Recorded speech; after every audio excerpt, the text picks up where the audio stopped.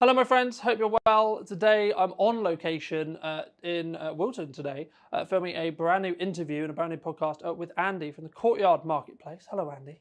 Hi, Colin. How are you? I'm all right, thanks. Good. For those who don't know you, don't know the shop, what would you say to those people? How would you kind of position yourself and articulate to those people who maybe don't know you?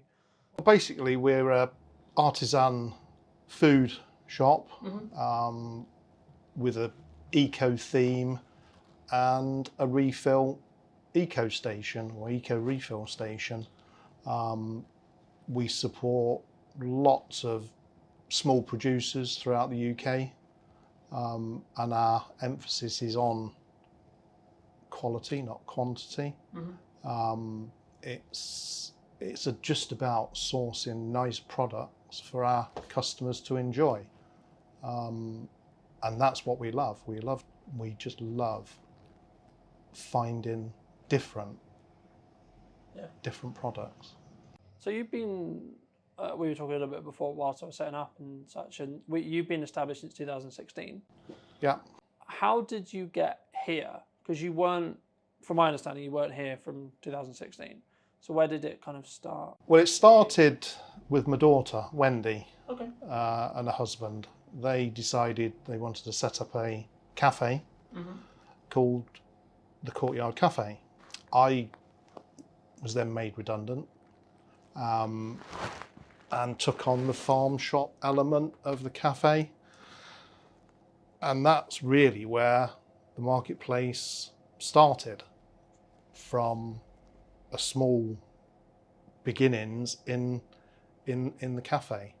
And our first supplier at that point, who we deal with today, or still to date, 8 years on, is the Hawkshead Relish Company, who are based in the Lake District. They have been tremendously supportive of us right from day one, and without them we probably wouldn't exist today. They've supported us, they've helped us create what we have today. But even now, a lot of our emphasis on products still goes around that original stocking of the Hawkshead brand. From that perspective, I mean, what was there like? Because obviously you're very artisan. Was that a very specific choice that you wanted to go down? Because I think when people look at farm shops, they maybe the wrong word is snobby, but they can be perceived that way, you know? And I think that actually, I think it's the value perspective and the perspective when it comes to thinking about the thought process behind the owner of the shop and how did you choose your stock? How does it, because I think it's a big deal, because to an extent you're sort of marrying the two brands and saying, well, like, I put my quality stamp on this, you know, especially with the reputation you now have. Well, initially, we was going to go down the local route, because local is the thing. But it soon became apparent that Wiltshire is not a food capital, and the suppliers that we did approach weren't particularly interested in us because we were small fry.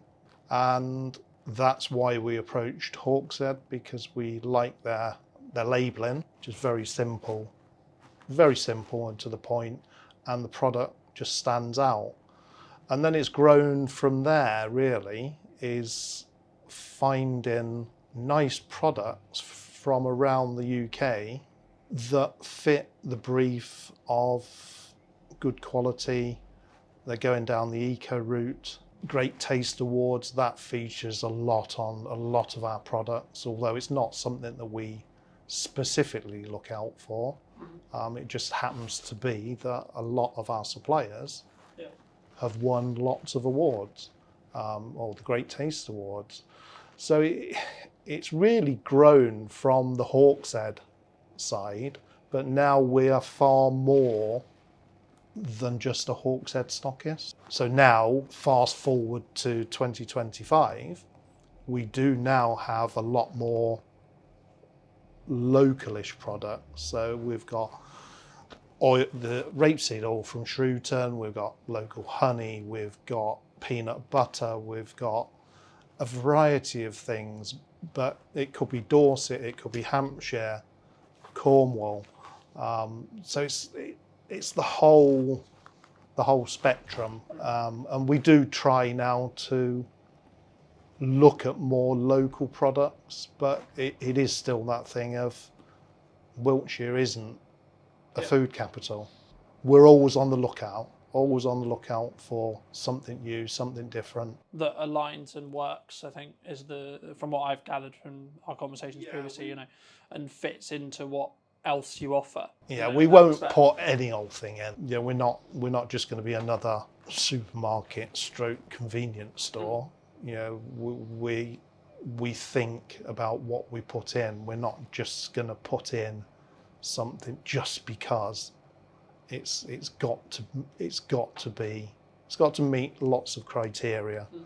And customers ask us for certain things, and for the most part we listen. Again, if it fits our brief, we do put in things that customers ask for, and that's how we sort of grow our range, I suppose. Would you say that, because obviously in a place like Wilton it's very small and it's very community led, would you say that if you were in, say, somewhere bigger or a more, I guess in some ways like a external of a city, or like the location is where this question's going, what role would you say the location here plays in how successful or not successful potentially a shop or your shop is? Well, we think it's massive, the location thing, because we've been in here 2.5 years now. Okay.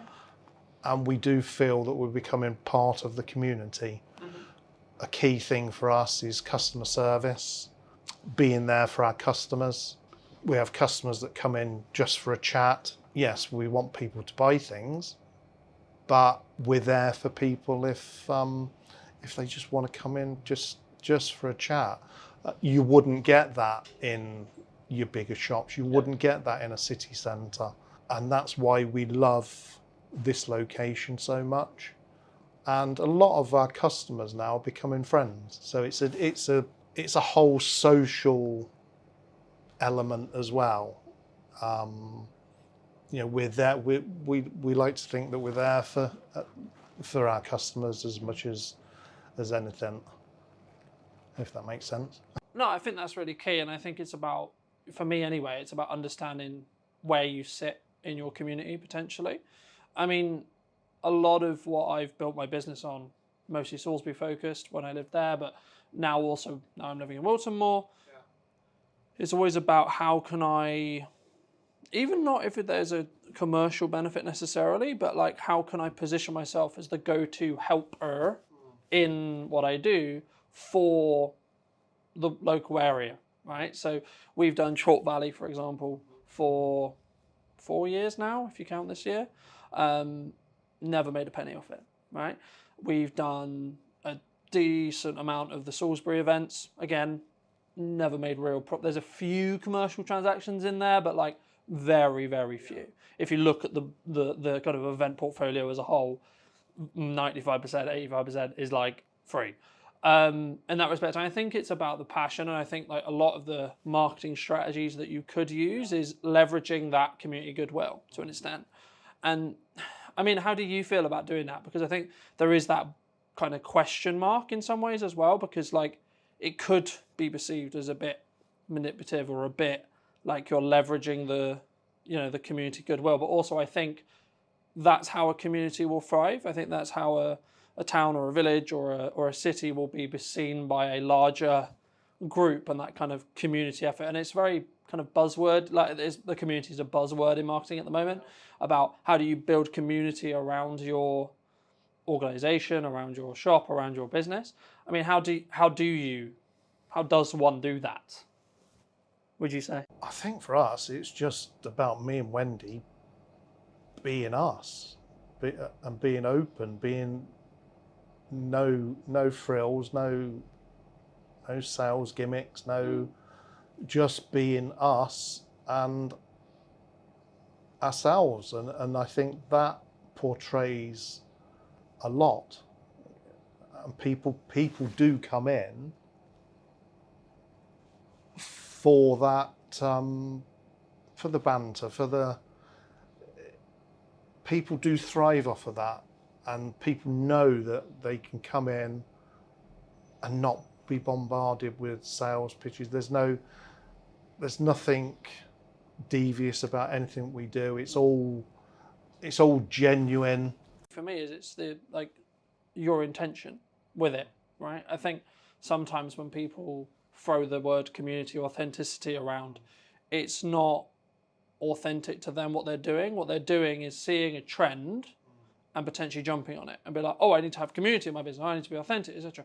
I think for me, as someone who's been, I believe anyway, true to myself and true to authenticity when it comes to everything I've done since I established in 2018, I think, and sometimes to my detriment, right, as well, which I think is the key for like when you're being truly authentic, is actually, yeah, it's sometimes good for you, but also it can, for me personally, have a negative connotation because I'm 100% honesty policy.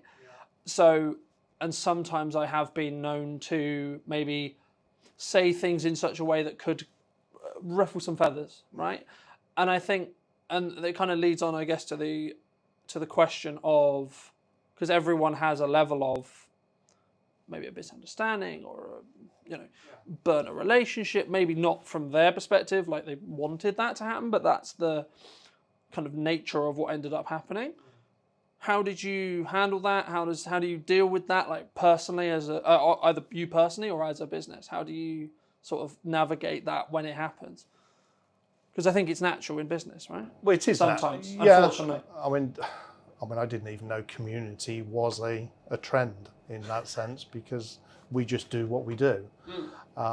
But you always know when if somebody isn't going to be receptive to how we are. We'll be pleasant. We'll ask them if they're looking for anything in particular, and then you just leave them to browse and to look in their own time, and then they either carry on and buy something or they go off on their way. But you can always pick up when people are not comfortable with that sort of thing, because not everybody is, and we understand that. Do you think it's more of a like, okay, you're just not for us, or we're not for you kind of perspective then? Possibly, but then some people just want to come into a shop, browse and get whatever they're after and be gone. They're not interested in having a conversation or passing the time of day, and that's fine because we're all different. And that's probably what makes it more interesting. But to be honest, we get very few people that are actually like that. We're getting to know the personalities of a lot of our customers. We know if they've maybe had some issues, and so we try to be caring. We remember these things, and it's because we want to. It's not because there's any sort of game plan that it's. It's about being human and being like real, right? I think sometimes people could perceive it, or one could perceive it because of salespeople doing it to be fake, to warm the lead to then get the sale, right? And I think it comes back to that intention element, and I think for me anyway, it's what was your intention going into it, and did you have good intentions going into it and into that interaction, and then how does that knock-on effect, like if that knock-on effect's then positive, happy days.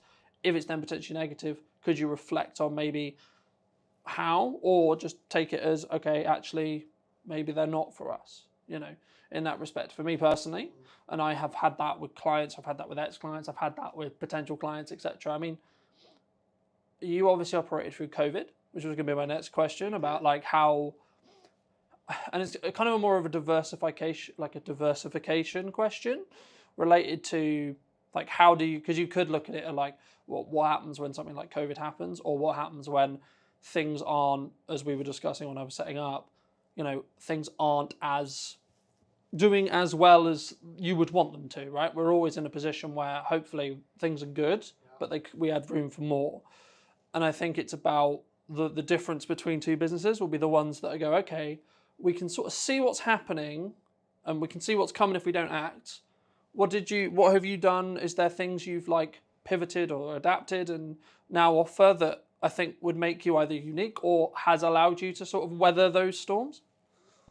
Yeah, obviously the pandemic was a very difficult period for everybody. It was very difficult for us being open, shut, but we did try to see positives. And during that period, we actually expanded. So we moved from one shop to another within our last environment. One of the biggest things that we done, we invested in a new website because we could see that we wasn't getting we wasn't going to get a daily footfall, so we needed something to keep us out there because we was frightened we was going to lose our little business that me and Wendy love. We love what we do. So hence we had the website built that then brought on online shop, and during COVID we did do lots of online orders, local deliveries, and it gave us a chance to still be out there helping the community, gave me something to do on a daily basis and kept the shop ticking over for us to be able to hopefully move forward. It was always about trying to use that period as a stepping stone as such, not fall and be negative and then we've gone. So we were just trying to make our business, put longevity on the business in a difficult time, and we weathered it. You know, we managed to come through that. I think we're bigger, we're stronger now. We're in a better place for doing that, and now we have a nice website to go with the shop. Yeah, I think sometimes as entrepreneurs we don't. I mean, I've worked on this the last couple of years. It's very like it's all down to me, right? One of the benefits, I guess, in some ways, or but also one of the quote unquote curses you could say of entrepreneurship is my income's down to me, my output's down to me, my marketing's down to me, how well things are is down to me, how well things aren't going is down to me. And I think that sometimes people who maybe are used to a job or maybe aren't in the entrepreneurial space aren't 100% like aware of that necessarily. Like I think we have to have, like, from a more personal like level, for me personally, I think you have to, when you choose your partner and stuff, like you have to have someone who's really understanding in that respect as well. And I think that when it comes to having an outlet as well outside of work, something I've always struggled with is not working because I love what I do. So it can be like, I'm very fortunate and very lucky to do this full time and be able to support myself and so on from doing it. But also it's then harder to disconnect, if that makes sense. Like for me personally, I mean, how do you disconnect personally from the shop? If you do. For the most part, I don't, and Wendy would tell me off for that. But I do try to more and more now. But I do go home and I do the accounts. I do the marketing, but that's generally because I enjoy it. Mm-hmm. But I do know now that I've got to take time for myself, because if I don't do that, then I'll suffer, and then inevitably it will have a knock-on effect with the shop. But I will still, at the weekend, I will do things. I order it. It's just in my nature, but it's only because I enjoy what I do. You know, if it was a 9-to-5 job, I wouldn't be doing that. I think that's the difference, right? People look at maybe what business owners do, right? And they look at and they say, like, I wouldn't say you should work for someone who isn't yourself this hard, right? you shouldn't. In my view, it's a silly idea. But I think when you work for yourself and it's your baby, to use the cliche term, it's not even like you can help it, right? Like a lot of what my partner talks to me about as well is like, oh, stop thinking, get ideas. Because I get ideas at random times of night, right? It's actually whenever I relax, like then my brain goes into the creative side of like, oh, I've got this idea. This entire relaunch of the podcast came from one of those ideas.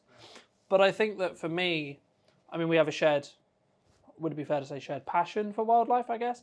I mean, how did you sort of get started with that? You know, been very fortunate to see some of your work in the shop, and like, did you do that before, and then it sort of naturally became part of the shop? Like, was it then an idea to be like, okay, I've got this, let's see what happens in the shop? Well, I've always loved photography.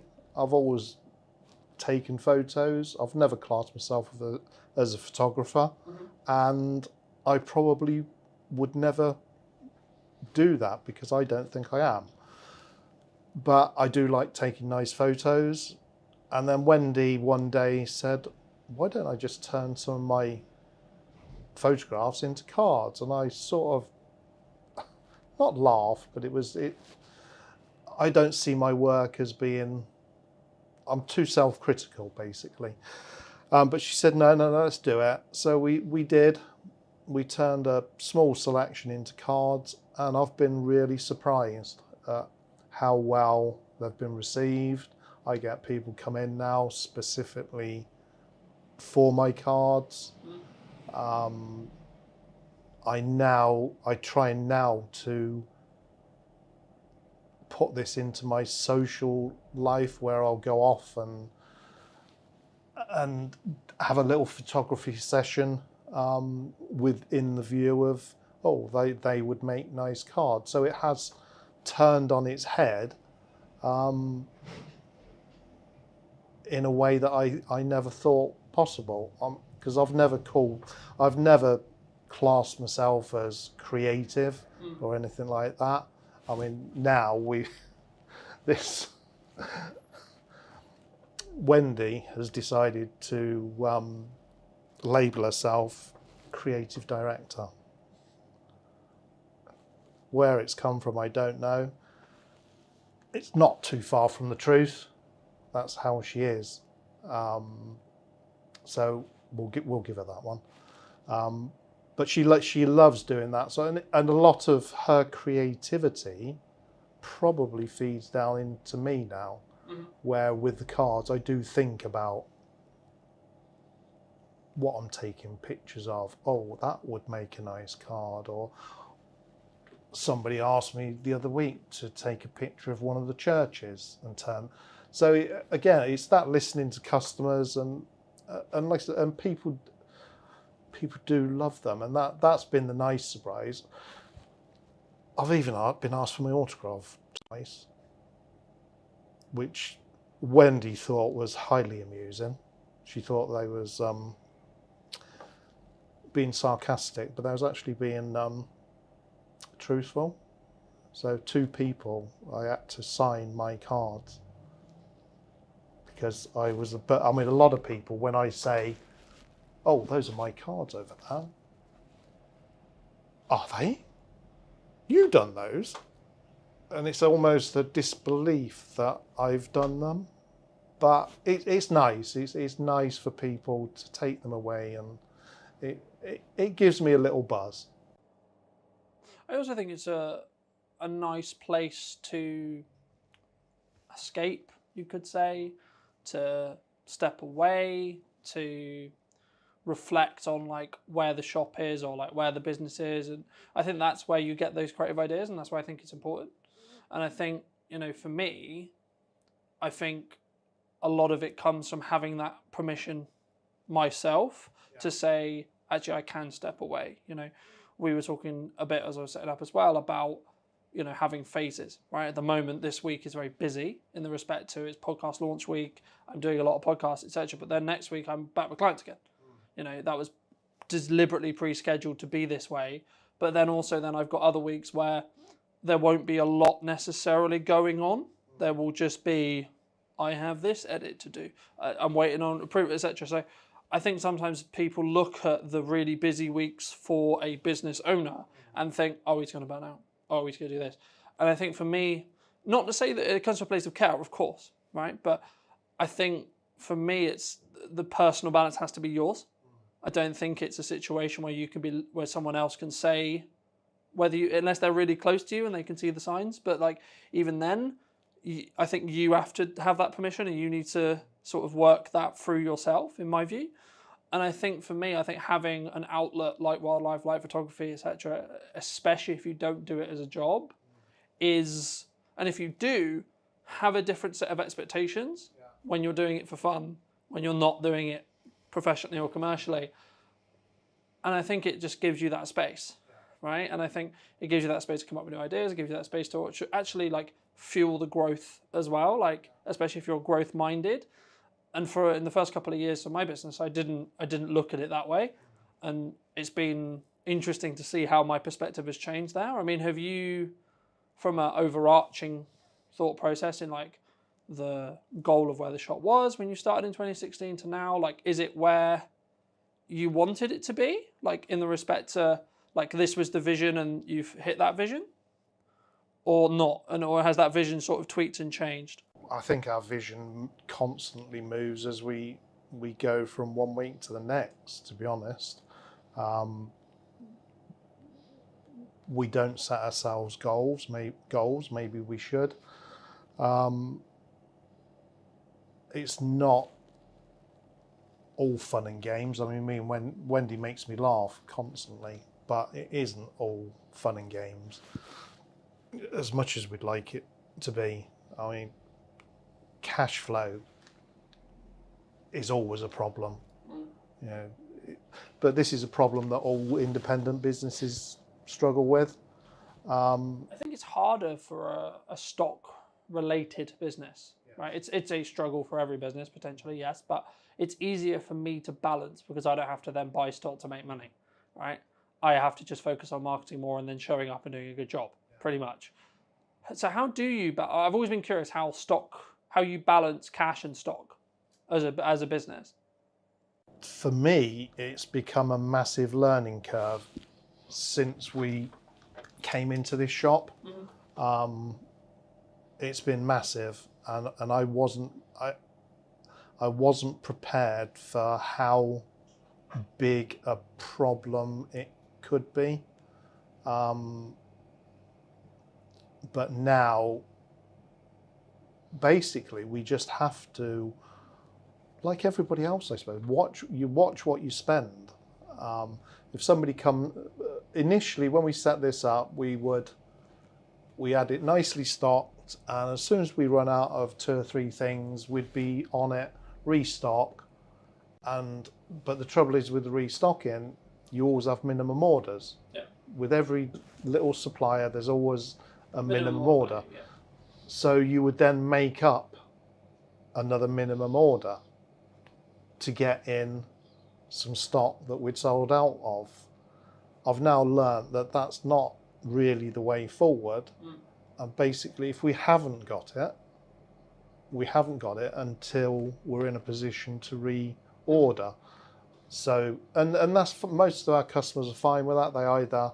They'll wait until it's restocked, or they choose something else. But it is just about watching and trying not to spend it. We love putting new products in. That's one of our downfalls. Well, not downfalls, but when it's quiet, we sit here and we'll start looking for new producers, new suppliers,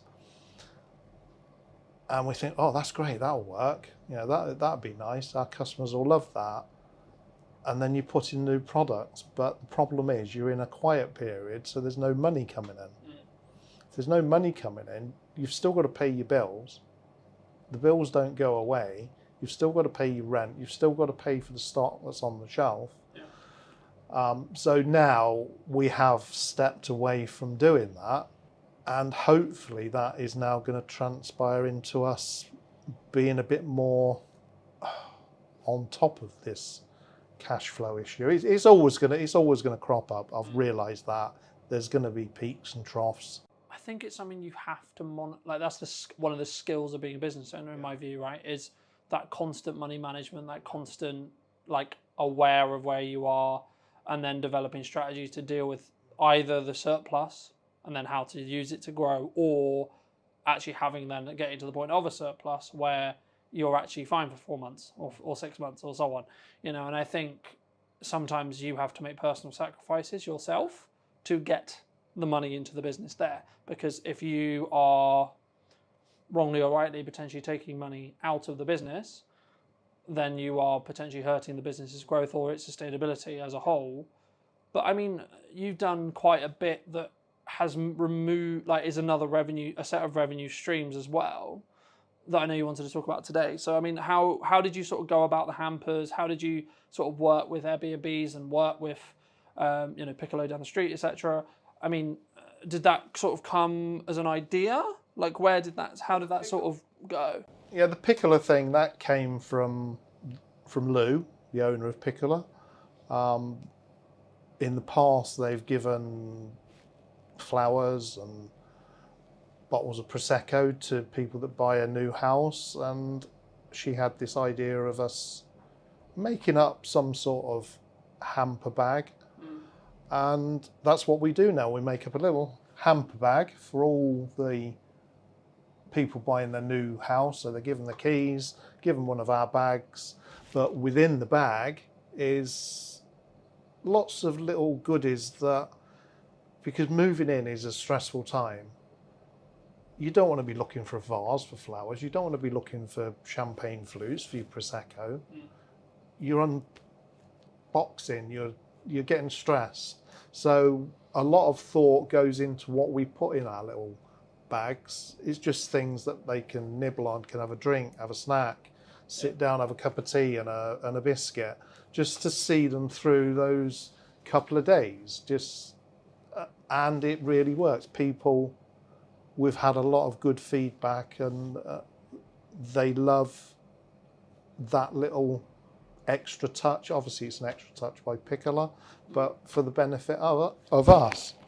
On the Airbnb side, it's something we've wanted to do for a long time, but we had been struggling to find anybody that has Airbnbs. And then by chance, we heard about somebody called Host with Grace, another local business. We contacted Grace, she came in, loved the shop, and now we supply 2 of her properties with hampers and they're like a welcome hamper.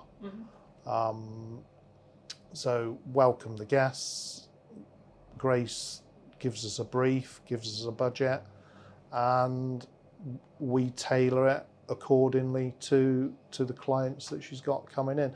And that's the sort of thing that we want to build on. We've just done some hamper bags for somebody that was involved in the prom at Able Hands. And she wanted to thank the volunteers. And eventually she thought of us, because she had gone to Virginia Haywood, or looked at Virginia Haywood. Hampers are through the roof in price, and you don't really get a lot of choice as to what's in there. It's more packaging. She even looked at Fortnum and Mason, having just one big hamper, but again, you don't get an awful, it's more packaging. And she came to us, again, gave us a brief, gave us a budget, and the reaction has been brilliant. So it's that sort of thing that we're trying to build on, because hampers, we love doing, particularly Wendy. She loves creating the hampers. She lets me have a go every now and again. I think I've still got some learning to do, but I'm getting there, I think. But has it helped with the peaks and troughs of like cash flow, that side of things? That's what we're hoping, because it's only this last couple of months I mean, one of the downsides is I'm now having to order more stock, but we are now changing some of the stock because of what we're doing for the Airbnbs. We're now introducing some new stock into the shop, so Okay. our customers are benefiting as well. So it's making us look for more nice products to complement what we already do. But we just want to promote hampers a lot more. Christmas is always the time for hampers. They always do very well, but hampers are not just for Christmas. Birthdays, a thank you, corporate gifts, anything like that. So we're just trying to put ourselves out there a bit more and let people know what we can offer. And everything is bespoke, everything is personal. We don't just have a hamper full of things that we like people to choose, to tailor it to whoever they're purchasing it for. If there's an allergy, we can accommodate. If they're vegetarian, if they don't like a certain product. So everything is tailored to the final consumer, and people do love that. They love to do that personal gift, and it means such a lot to the recipient. I think it also like shows, again, it goes back to that authenticity point that we were mentioning before, and I think that so much of businesses, especially now as maybe times are tough, I've heard that for my entire career, so I always take it with a pinch of salt because it's perspective, isn't it? And it's kind of down to you. But I think for me, on that point, yes, the world is more turbulent, right? It's always been turbulent, but it's more turbulent now. And I think, doing things that are unique, that are custom, that are bespoke, that come from a level of love and authenticity, will be the reason why you win. And I think, and I'm aware of time, so I think let's wrap up soon. But those who are localized to Wilton, they may have noticed that you've had, I think, 3 windows by Michelle on your window. Yeah, this is this is the 3rd one. Yeah. How was that how did that process begin? Like, and do you feel that it really helps you stand out? Because as a shop, one of your shop front, quite literally, is one of the main reasons why someone will come through the door off the street from a footfall point of view. Of course, you can do things like market online, have a good website, have good social media presence to bring people to the shop. But I would say, well, let me ask you, is a lot of it footfall? And then if so, does that have a knock-on effect to having a more aesthetically pleasing window, you could say? Well, to be honest, the window we was totally oblivious of originally as a tool. Okay. And it just come out of, I don't know what it came out of now, but we had this brainwave of doing something with the window, because our window is very difficult to make look nice because it's an old building and it's quite a deep recess, and it's the sun beats down on it, so it's very difficult to, because Wendy again loves to create a nice window display, but it needed to be more than that. So we approached Michelle and we came up with the idea of just having a catchy slogan, just something quick, something that wasn't too intense. And our first one just said, "Say cheese." That's all it said. It said, "Say cheese," and then there was a little comedy block of cheese underneath that. And our cheese sales quadrupled in 2 to 3 months, because so many people didn't realise we sold cheese. And that's how it started. So the next one was Christmas. We had hampers on there, and now we've got honey. So we just try and think what would work best, but it's more trying to make it tongue in cheek, I suppose, and just have something nice on the window. We're just trying to think what can go on there next. But it's a lot of it. It's about creating interest in the shop, but it's also about fun. Yeah, I mean, which is what we try to do. We want to introduce the fun aspect, to make it a nice experience to come into the shop and not just be a cold environment. We want to portray our personality. We try and portray our personality perhaps within the window, on our website. We try and portray us and not like a corporate brand. Yeah. And that has sort of shone through, and in particular recently, where we've won the Muddy Stilettos award for best farm shop / deli in Wiltshire. That was a total surprise. We chuffed to bits. We didn't expect it, but the one thing that we did notice with this one was how much the people of Wilton and beyond got behind us. You know, we was getting people come through the door. We voted for you. How well are you doing? And then we've had so many lovely comments on the back of us winning, customers bringing us in little gifts and cards, and it just makes this whole process worthwhile. There's no monetary gain in that as such, but it is just a lovely achievement for Wendy and I after 9 years of basically, yeah. It's nice to finally get some recognition, but we do get a lot of recognition from a lot of customers.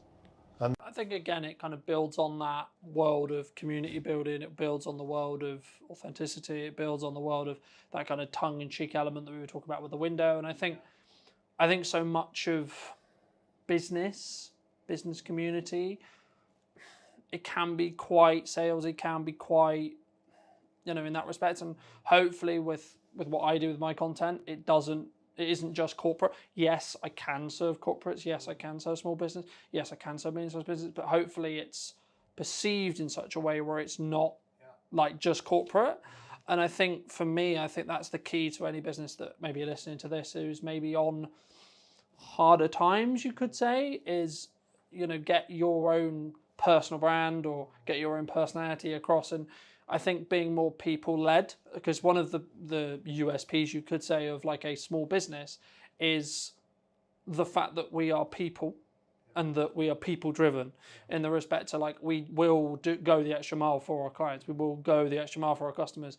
But then also there will be opportunities like the awards where people can kind of give back in some ways that's not necessarily monetarily, or like giving this podcast love or like share, there's things that maybe now is not the right time for a commercial transaction or for me to pop in to buy something from you or whatever, for whatever reason, right?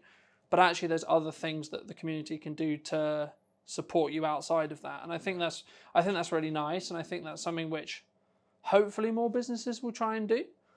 But thank you ever so much, Andy, for the time and coming on and doing this, because I know it's not easy to necessarily put yourself out there like this or have a on-camera conversation, so to speak. So no, well, thank you, Carlton. It's been better than I anticipated. Yay! That's good. Very much. No, you're very welcome. It is appreciated. And if you did enjoy this interview and you would like to see more like it, then make sure to be subscribed to the channel, and I'll see you very, very soon. Hello, my friends. I hope you're well, and welcome to a brand new podcast. Today we're going to be talking to Christine, who does branding. There you go. Did your interview for you. Thank you. Why does branding... I wasn't going to start here, but I think it's important to talk about it. We live in a world where there's lots of noise on social. There's lots of AI conversations. There's lots of points of view when it comes to what should I be doing, should I not be doing. Why do you focus on branding? I focus on branding because a lot of businesses are completely overwhelmed when it comes to marketing. They really don't know where to start. They don't know what they're doing. And I was finding that doing visual branding, logos and stuff like that with clients, I was finding that at the end of the project, they still didn't understand what their business was actually selling. So by doing brand strategy, which is what we're really talking about here, it's about understanding exactly who you are, what your business is, your positioning, and everything else that's involved, and then that gives you a core to work from when it comes to marketing. So it sets your tone of voice and all the rest of it, and then you can take it from there. So I think there's so much there, and I'm sure we'll get into a lot of it. But for me, I've been in a very interesting place the last month or two. I've been very focused on growth. I've been very focused on client delivery. I've been in a very grateful place because of the amount of work I've got going on. And as I was setting up, we were sort of talking a little bit about kind of all the plates I'm currently spinning, and some of the concerns that maybe come with that when you see someone like me doing that. And I think it's a very action-led thing, but I'm not focused on the outcome. I'm not focused on the result. Yeah, of course I want it to happen, and I would like it to happen, but I'm purely just focused on the journey of getting there and saying, right, I've got to do this, this, and this, and my action will compound across time to then mean that I've got the successful podcast, I've got the successful business, I've got the successful marketing. To phrase it in a question, when you look at someone's branding, maybe you're helping them with branding, they're looking at rebranding, etc. I mean, is it to an extent a level of just they need to execute on the brand that works, or is there glaring issues that someone could have with their brand that would then trigger you to say, actually, you should be looking at a rebrand? Do you think? I think a lot of the time businesses evolve, and so they try different things, and they don't know necessarily where their ideal clients are. They don't know the type of work that's the sweet spot or anything like that. So it's very tempting to kind of take everything that kind of comes in, and then you end up juggling plates. But in actual fact, once you've sort of established your brand and gone through exactly what it is you are looking for, you become very much more focused. And that's the core to everything, really, with taking on work. I mean, it may be that then you turn down work because it's just not appropriate to your end game. So yes, I think. Do you think clients struggle with saying no sometimes? Oh yeah. Because I think there's a mindset of, in some ways, you could say it's there's going to be no more work out there. The work's not going to be there. I haven't structured my finances or my business, and so this was a problem I had in end of 23 into 24, which was I was overspending every month in comparison to what was coming in. Right? Yeah. And I wasn't doing the financial work to build a foundation to allow me to be able to have the freedom to be lean enough from a cash flow point of view to do the other growth things that I needed to do to continue to then grow. But I was coming from a place of, I need this to make me money today. I need this to make me the money next week, because I have bills at the end of the month that, to be honest, at that time, I didn't know where the money was coming from. Yeah, and that's typical, especially in the early days of running a business. But the problem is you become so busy running around doing those jobs, and I'm just as guilty of it. You become so busy running around doing those jobs that you haven't got the time, the bandwidth, or the brain space to actually think about the fact that it's really not going to help where you go. Yeah. I mean, it becomes very much a feast and famine, as we were saying before coming on air. That you spend all your time running around, and you don't set up the next work and things. It's just not top of mind.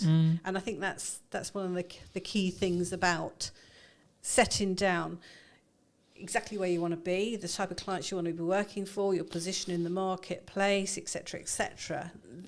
Like I say, you become very blinkered then. I think there's lessons and stages, right? I think I'm always of the mind where I'm very grateful that happened, and that I nearly lost the business multiple times. And I would actually argue it's made me and my partner a lot stronger because she's seen another side of me. Like now, everything's sunshine and rainbows in comparison, right? Yeah.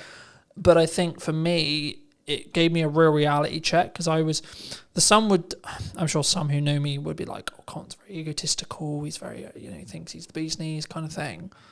And I was like, yeah, but actually I know I've got a skill set now that's when my back's against the wall, I'm in a corner, I know I can get out. Yeah. And I think that for me, that's a different power, if you could say, a different confidence, a different resilience. And I think that's the thing that's maybe lacking. When we first spoke, we talked a lot about AI, and I'm sure we'll get into AI, but like for me, I'm seeing kind of people who are lacking resilience in the respect to how the turbulent market, like you can look at geopolitics, you can look at like general politics, you can look at what are Labour about to do with like changes to corporation tax and et cetera. But I always look at it and go, okay, well, can I affect or change any of these things? Can I affect and change what's going on in the market and how business confidence is? Not really. So, yes, I need to be aware of what's going on and what opportunities are there. But actually, the only thing I should potentially be blinkered on is the things you were talking about in regards to positioning, focus, and output. But also, what am I doing to develop? What am I doing? This podcast came from an idea and now I'm executing on it. It's not, I think some people, and to phrase it into a question, it's going to be like people have ideas and then they don't execute on the ideas, right? I mean, why in your experience do you think people do that? I think part of the problem at the moment, or for the last few years, has been this idea that, and it's probably going to sound very controversial, but there's a lot of talk about things like niching down. Now, it can go to an extreme, I think. And what we really need to be doing is finding ways of being adaptable, because with ever-changing markets and that, the people that survive are the ones that are going to adapt. So while it's great to niche down, if you niche down too far, you can really struggle when things change. So it might be useful to say that you work in a particular industry, but if you just say that you work in that industry, that's when you're going to struggle, if that industry then suffers. Yeah. I think it's all about adaptability. Do you think people niche because it's easier for them? The general attitude seems to be that you can make more money by niching. I heard that. So there are a lot of designers out there who have niched down and just say that they work in a particular industry. Now, I don't do that. I have worked in certain industries and I can push those if I wanted to. But for me, if I was to niche down too much, I'd be bored out of my brain, because, the same challenges come across all industries generally. So it's, it doesn't really matter whether one week you're doing something like for, branding for a care company, and the next minute you're doing something for a plumber, something in the aviation industry, or plumber, or whatever. So it's the same problems, just with slightly different issues that come with those industries. But everyone's generally facing the same sort of issues. And obviously, I've got enough experience to be able to do that. Do you think you need resilience to be able to be that like open? I mean, I've always been of the view that you shouldn't niche specifically into an industry, because I always use the example of, like, say that to wedding videographers during COVID, for example, right? It's like, how did that go? But I think for me, like, I get it, I get why, and I've worked with some people who are very specifically niche and it's worked for them. But for me, I also think maybe it's an authenticity thing. For me, I'd be like, I don't feel that's authentic to me. I wouldn't enjoy it. I wouldn't be able to do my best work if I was I'm just going to serve educators. I'm just going to serve accountants. I'm just going to serve designers. I'm just going to, etc. I'm just going to do podcasting. Because one of the reasons why I went into business for myself was so I could have the variation. Yep. So I could have the location variation. If one day I'm in Southampton, then I'm in Salisbury, then I'm in London, then I'm then I'm in Newbury, so on. Yeah. But then also, one day I'm going to be doing podcasting, next day I'm going to be doing a promotional video, then I'm going to be doing a conference, then I'm going to, so on. That variation regarding the work I do, but also the freedom that comes with. Yeah, absolutely. Well. And it's the same with design. It's problem solving at the end of the day. I think so many people, they look at, because they only see the success stories when it comes to niching, right? Just focusing on that briefly. Like, they see the when it works, but they don't see the ones that did it and then actually lost money. right? Or made less money or the same money. And again, like to reiterate it, I think for me, it's the authenticity piece. It's like, what else did you do outside of business? And I think making lots of money to a level could be a reason why you're in business. Sure, people do that. But actually, I've just filmed Maddie's piece and we ended it by saying, like, are you living to work or working to live? Yeah. And I think for me, it's to have the freedom to be able to market the business and work with the clients I choose to want to work with. Yeah. And to an extent, I have to charge a premium for that because it means I'm going to limit my amount of client delivery. But also because I've built my business in a retained model now, I'm actually less likely to take the wrong projects because I don't need the revenue. Yeah. Like, I don't need it. So then it's a question of, does it actually apply to my goals? Does it help me grow? Is it a really nice project? Is it a really fun project? Is it the right client, etc.? And then I can look a bit deeper into the relationship that I'm trying to build rather than just the transactional side of it of, right, I need to make £1,000. I need to make 500 quid. I need to make 10 quid, whatever it is. And I think sometimes how do you look at it from when you are approached to do some project work? Do you look at it purely from, are you the best fit as a designer, or as a brand, like depending if it's a rebrand, etc., or like the work, depending on the tangible work you're doing, or is it purely in some context actually they're going to pay me 10 grand? No, I mean, there's potentially clients that I wouldn't necessarily work for. I haven't really kind of come across any because they haven't. That's not the kind of client that would necessarily approach me. But if I don't think that I'm the best fit for it because I don't understand what they're doing or whatever, or just didn't get on with the people. Because at the end of the day, when you're working with someone, particularly with branding, I mean, brand strategy, the general consensus is probably that, if you're doing it, it's a case of you hand it over to someone to do. I don't work like that at all. For me, it is very much a case of I work with you. And the more involvement you have, the more you will get out of it. So it is a two-way partnership. And I'm basically facilitating it. So I'm asking the questions and I'm digging deep and I'm challenging your thinking about everything that you're saying so that we can get to the nub of exactly what's what. And sometimes that will involve sitting there with my arms crossed.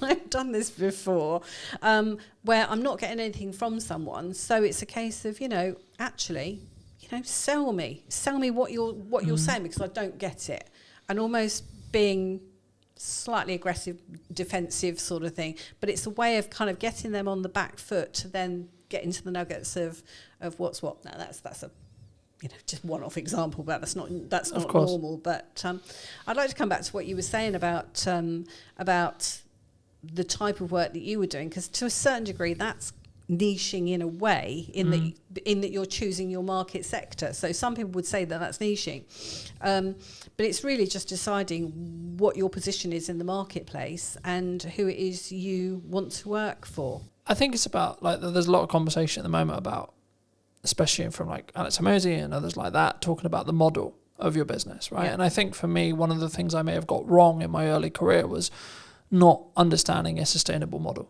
Right, as a career, I think maybe even a niche is now becoming a buzzword, yeah. Right? And I think for me, it's more about being authentic, and that's why I lean into authenticity more, because it's about, for me, saying, is this the right client? Right? I can personally work with them, like tangibly, can I talk to them if things go wrong? Are we going to be able to work through those? And then B, more importantly, can I actually add value to that client? Right? Can I be the provider to fix their problems? Because in 95% of cases, we're paid in relationship to the size of the problem that we fix. Yeah. Right? And to be honest, the client doesn't actually necessarily care about the nuts and bolts of how you fix it. In 95% of cases that I've found, they don't. They're not interested in what camera am I going to use, what lens am I going to use, what tripod am I going to use, what microphone are we talking into, etc. They just want to know, I've got this thing, I've got this problem, I've got this objective. Can you help me get closer to that? Or can you help me get to it? Yeah. I mean, going back to basics then, with branding, how do you build a brand? Does it have to be around you? What, as an individual? Yeah, so when you're looking to build a business, let's say I was starting again. Okay. How would I build a brand? Okay.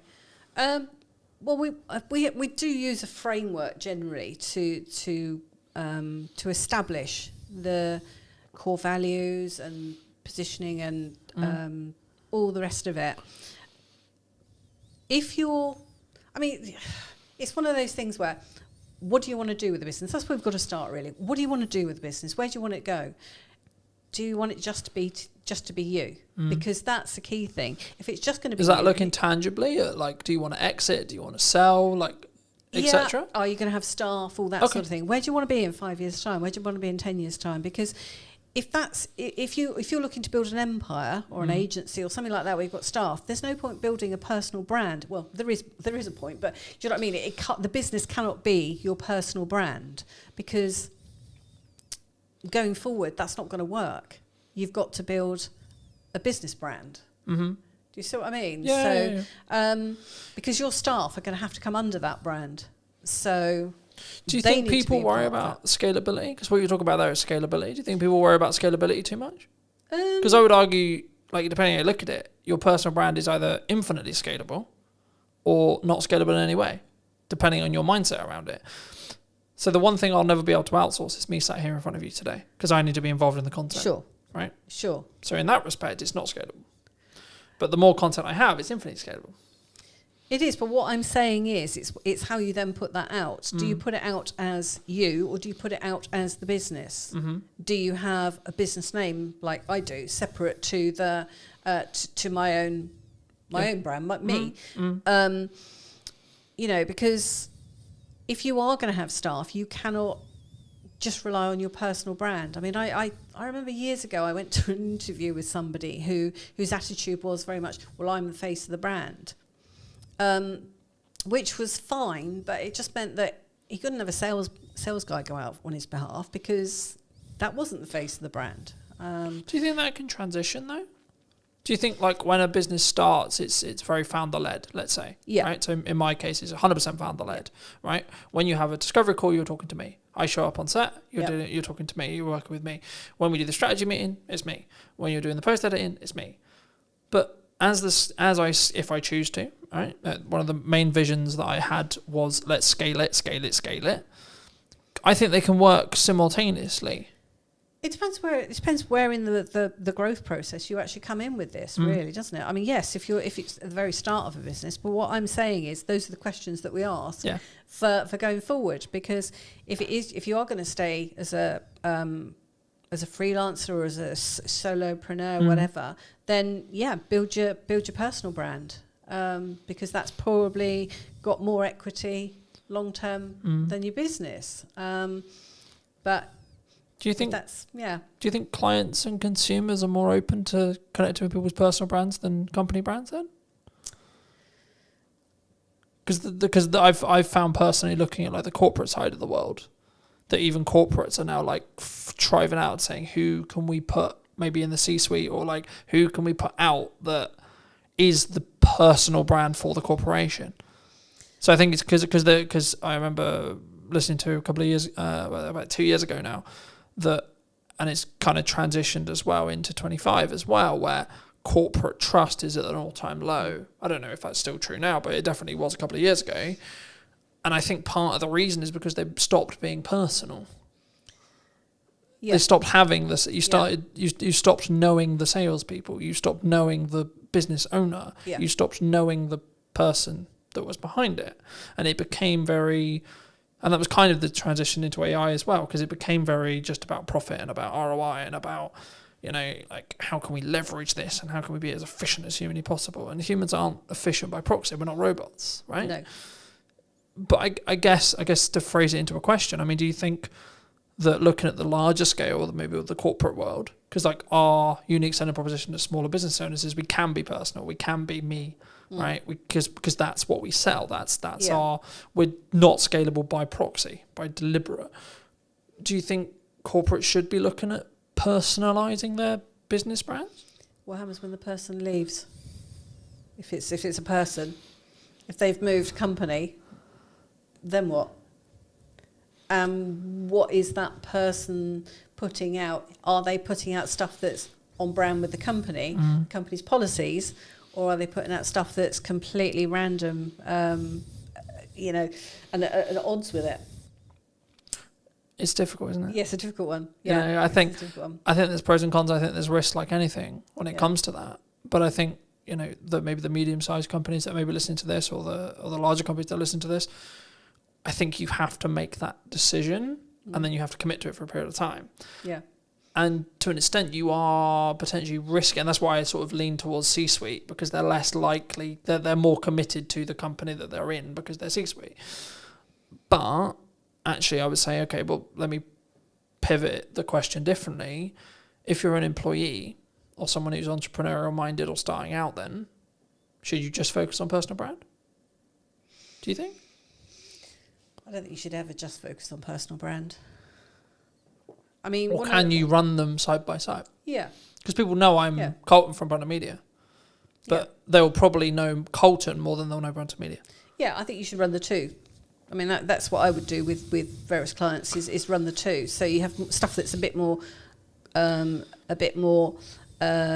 messaging, perhaps, that's going out on the company side, and then stuff that's a bit more personal on the on the individual side.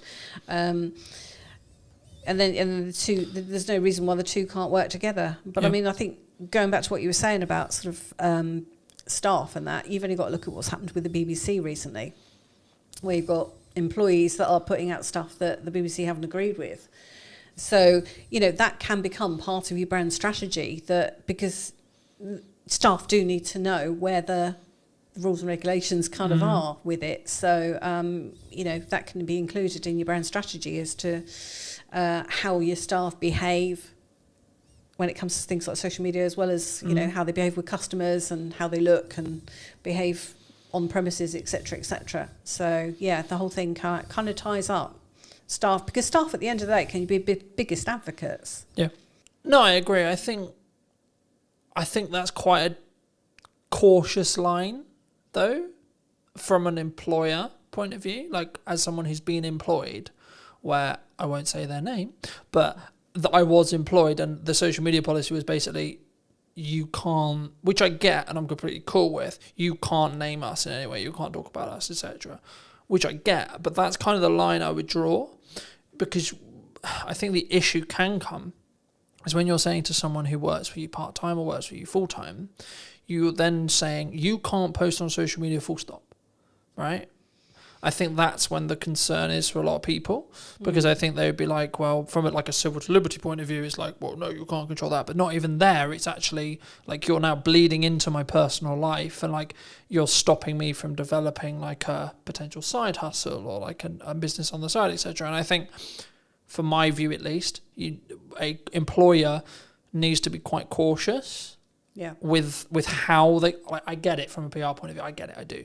But you need to be quite cautious in how you execute that, in my view, because you need to make sure that where the boundary lines are. Like, it's completely cool if you work for, like, let's just say Company X, that I shouldn't be writing as an employee of Company X. Oh, well, Company X is blah, blah, blah, blah. Yeah, sure. That's the danger, Right?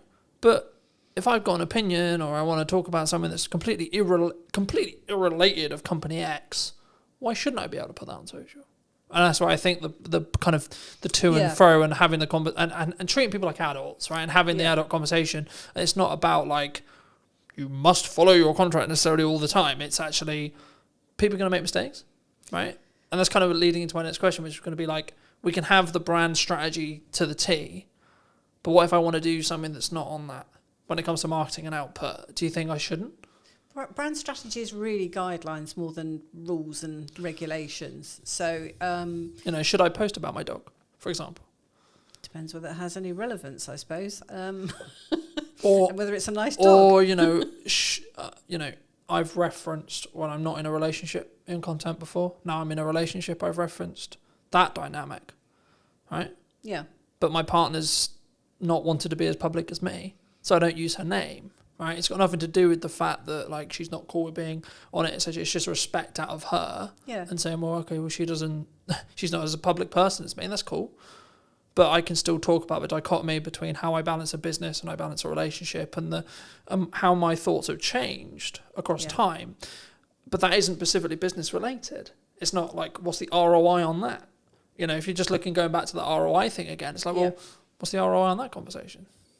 I mean, those are probably the posts that will get the most traction anyway. So I think it's just about being sensible with it. I mean, I know plenty of clients that their staff do post something we put out, or they'll reference something that's happened that they've done at work or whatever, and that's just them showing their skill set as much as anything, or success of something. So I think it's one of those things that decisions need to be made. As with any aspect of branding, it's about making some decisions and setting down some guidelines, and what companies do is up to them.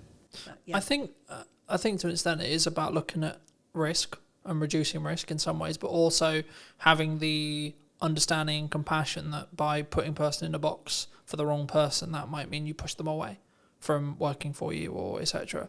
And you may want their talent because they're really good at X or Y, for example. Yeah. Do you think AI is going to change that? Do you think AI, because when we initially connected, you were talking quite a bit about AI. I think possibly wrongly in my thought process, but I think we're on similar sides in some respects, but also in different sides in other respects. So I'm curious a bit where this bit of the conversation can go. But do you because the trend was AI is going to take our job. The trend has now sort of evolved into someone who utilizes AI is going to take my job. What do you think? I think that's probably right. That people that understand AI are likely to take the jobs. Yeah. I think going forward it's going to be more difficult for the people coming into the marketplace if they haven't, or people that just will not point blank refuse to learn these things, because at the end of the day it's just a tool. Yeah. It's just a tool. So, if I didn't know how to use Illustrator or Photoshop or something, I'd be, I wouldn't get the jobs, sort of thing. And it's the same with AI. AI is just a tool that speeds things up, as far as I'm concerned. Do you think there's a lot of scaremongering around it? Do you think people are very... I think there's a lot of hype. Okay. I think going forward we could... I've got a client that's in the sector, and he's convinced that they're going down the wrong route completely, with building on knowledge graphs rather than mathematics. And so it will be interesting to see over the next few years just exactly where it does go. Because if it's learning from itself and it's making mistakes along the way... Well, that compounds on mistakes, yeah. And the worry is if that then gets used for things like medicine and stuff, where's that going to end up? So yes, it's an interesting one, and I've embraced it because for me it's like having an intern that I can just get to do a lot of grunt work and then go through and check everything, and it's been an extra pair of hands. So we've discussed at length how I utilize it, how I'm utilizing it, and etc. But I do feel concerned for 16, 17, 18, 20 who are wanting to skill up. Yeah. Because the entry-level jobs will be done by a robot, whether that's AI, whether that's a physical robot that's being run by an AI, or whether that's a self-service checkout that has AI features built into it, etc. Like we can machine learn it. All these they're kind of buzzwordy. They're actually ways of describing the inside tech. Yeah. In reality, it's technology taking and making stuff more efficient. That's actually what we're talking about.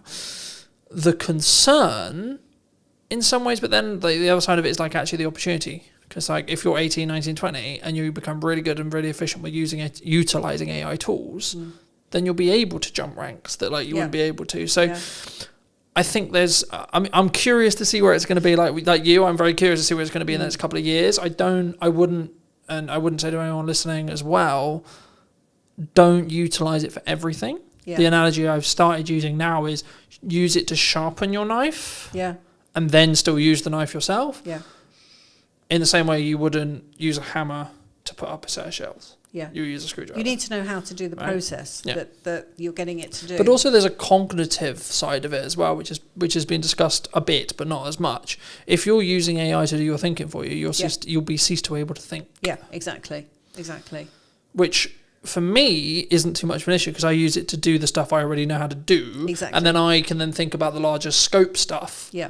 So my brain, and I'm also someone who's now forcing myself to read a physical book, right, as well, because I'm aware of the cognitive stuff that I'm now not doing because I'm utilizing technology. Yeah. So I'm trying to balance it deliberately. Yeah. But I guess the question is, like, is there, like, when you look at branding, when you look at what branding feels like, looks like, sounds like, is AI potentially going to change that, adapt that, like potentially ruin it, potentially destroy it? Because some people just use it. Some people are just type into ChatGPT, write me a social media post, enter. Yeah. Right. Yeah. But then, who are they actually talking to? What are they trying to say? Those are the things that you need to understand before you would then use it for writing social media posts and that.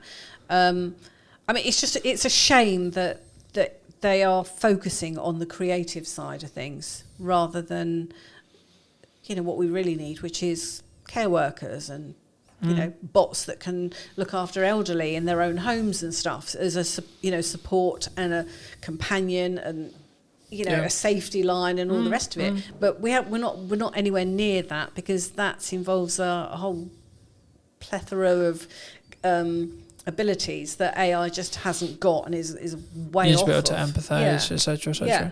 So it's just a shame that they just seem to be focusing on the creative sides. But I mean, it's also coming in for things like law and stuff like that as well. So, I mean, are we all going to be out of jobs? Are we all going to, Well, if you go down the Terminator Doomsday books, then yes, right? But and then we're looking at completely universal income and that kind of entire point, and no one works, etc. But I actually think the real reality will be what happened with technology, has always happened with technology, which is the jobs we did won't be as important or as done by us anymore. They'll be done by a computer, technology, or AI, or both. And then we will do strategic thinking, we will do creation, we will do and that's why I'm focusing solely on strategic thinking now. That's the only things I'm thinking about. That's the only things I'm creating for. That's the only things, because everything else will get commoditized. Cameras will have AI chips inside them that will be able to, like, we're already seeing it. Yeah. Like, the cameras that are coming out, they can AI track my face better than a focus bullet can, arguably, right? Now, if you go to a purist in Hollywood, they're going to say, no, a human's better because it has mistakes and etc. But the reality is going to be solo setup, solo shoots like today. I need cameras that can work without me having to look at them. Yeah. Right? Yeah. So I can focus on talking to you. That will be where the game changers are. Yeah. Because you'll have technology enhancing what I can then do on my own, which removes my costs. And I've been thinking about this a lot. It's like, well, actually, businesses have done this always. They've tried to find ways to pay people less or outsource it to other countries, and they've always looked to reduce costs as part of being a business. But it did also open up a question, which is like the counter opposite to AI, which is, what role does emotional intelligence play in our branding or in business? Yeah. Which is the other side of it, which has to be humanized. Yeah. Do you lean into emotional intelligence? Is it a situation where, because I've always been very fortunate where I was brought up to understand emotional intelligence and be very emotionally in tune, so to speak. I could go down the road of, like, men are known to be a masculine, stoic thing, but I've noticed actually the people who are, quote, winning when it comes to social and what they're doing can lead with emotional intelligence, meaning they can lean into either the feminine energy of being empathetic and understanding and that kind of thing for periods of time, and then also then transition and shift into the go-getter, stoic, I've got shit to do, fuck my feelings, it doesn't matter, I'll deal with it later kind of approach. And I think actually the people who don't sit on their morals and go, I'm a stoic man or I'm a stoic woman, but then also don't lean into the, I'm a victim, the world's really difficult, and actually can balance between the two and bounce between the two and lean between the two, will be adaptability. Will be in a position where they are more likely to win, because they won't just be, in the same analogy, smacking a head repeatedly against the wall going, well, the wall's not breaking down. But it's a case of understanding your client in that situation, really. I mean, if you know that your client is a female of a certain age and likes, certain rom-coms and all the rest of it, you're going to have a more feminine approach when you communicate with her. Whereas the same approach isn't going to be applicable for a roughy-toughy man, is it? That's into outdoor sports or something. You know, you've got to address it in the language that you use, the imagery that you use, and it may not be for a whole company. It may just be for a particular set of products or something for that company that you lean into those things. But then you would have an overall brand for the organisation as well. Which is, you know, I don't know, we produce the strongest, longest, whatever toilet paper or whatever, whatever the item is, you know. So yeah, I think. But looking into personal branding, is it actually about just being in tune to what you're feeling at the time and or what's authentic? I hate using the word authentic all the time, but authentic to you. Yeah, I think you've got to be authentic to you. Because there's times when I'm really busy and I'm really like, where I've got a lot of shit to do, and I would be perceived as someone who's quite stoic in that respect. Yeah. And it's not that I'm not in tune with my emotions, it's that I know to get the X amount of things done that I need to get done, I need to utilise stoicism. But everything you would be putting out at that time would still have your tone of voice and everything, even though it might be a little bit sharpened to normal. There would still be the essence of you within that. I mean, I'm very introvert, so, you know, doing stuff like this is terrifying. But, you know, and I know that in some instances that can kind of come across as a little bit aloof. And it's not. It's just that I tend to stop and think about everything. You know, if I go into a networking group or something, I'm kind of there assessing the room and everything. And it's not that I'm sort of being snobby or anything like that. I'm just processing what's going on. So, and I'm quite open when it comes to social media stuff. I mean, I don't talk about family and things like that particularly on there, but, you know, I will hint at things just because, you know. But yeah. Do you think it's also about kind of the chapter that you're in? Like I've been, and again, it's kind of like, again, I hate using the word authentic, but it's being authentic to you because, like, for example, I've always been someone who talks about my emotions quite openly. I've been very, like, heart on my sleeve kind of thing. Like, when I'm going through shit, I'll be very open about going through shit. When things are going really well, I'll be talking about it really well. Right? Like, when I'm really excited, I'm very animated and etc. But, like, I also don't overthink it. Right? I think so many people, they sit there and go, I shouldn't write that post because it would be perceived this way by a person I don't like. Or what if XYZ person sees it and then they think about things, or what if they choose not to work with me because they see something? And I think actually, in the nicest way possible, in the grand scheme of things, it doesn't actually matter that much. The lifespan of social media posts are very small, so it doesn't really matter that much. But if you set yourself boundaries in the first place, you know, we do all have boundaries. I mean, I don't like having my face on social media. I've never been particularly photogenic, unlike my sister. But, you know, it's just one of those things that I don't tend to do. I've always been behind the camera in front of it. Is that an approach thing, or is that, if you're happy to share, a self-love, self-esteem thing? Do you think? It's just me hiding, I think. But it's like what I mean by that is like, because I coach people on this all the time. Is that a confidence thing? As in, you haven't done enough reps in front of the camera to be confident on camera. Quite possibly, but I mean, yeah. And if so, more props to you to doing the show, because that shows that you're pushing yourself outside your comfort zone, which not a lot of people would choose to do. Which is what I am doing this year. Yeah, I'm forcing myself to be more visible this year as a person. Because I see that there are other designers out there that haven't got my capabilities and that. And that's not me being arrogant. That's just me being sort of, you know, open and honest. That there are, you know, I know that I'm good at what I do. Yeah. So I have got to push myself out there because I can help more people if I do. But it's also, you're kind of leading with your best foot forward and you're helping your client more so, if that makes sense. Because actually, by you putting yourself out there more, you know you're the best solution for them.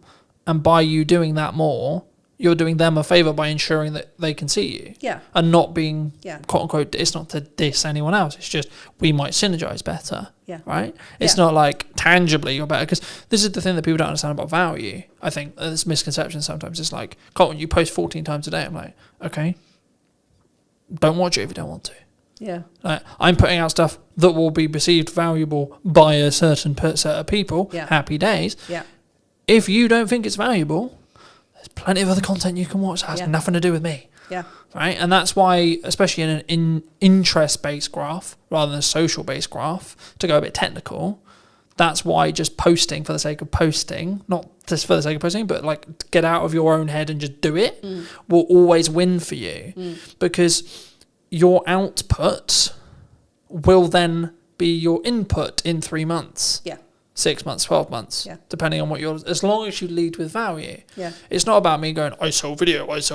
No, it's, this is what I found works. Yeah. Try it. Let me know.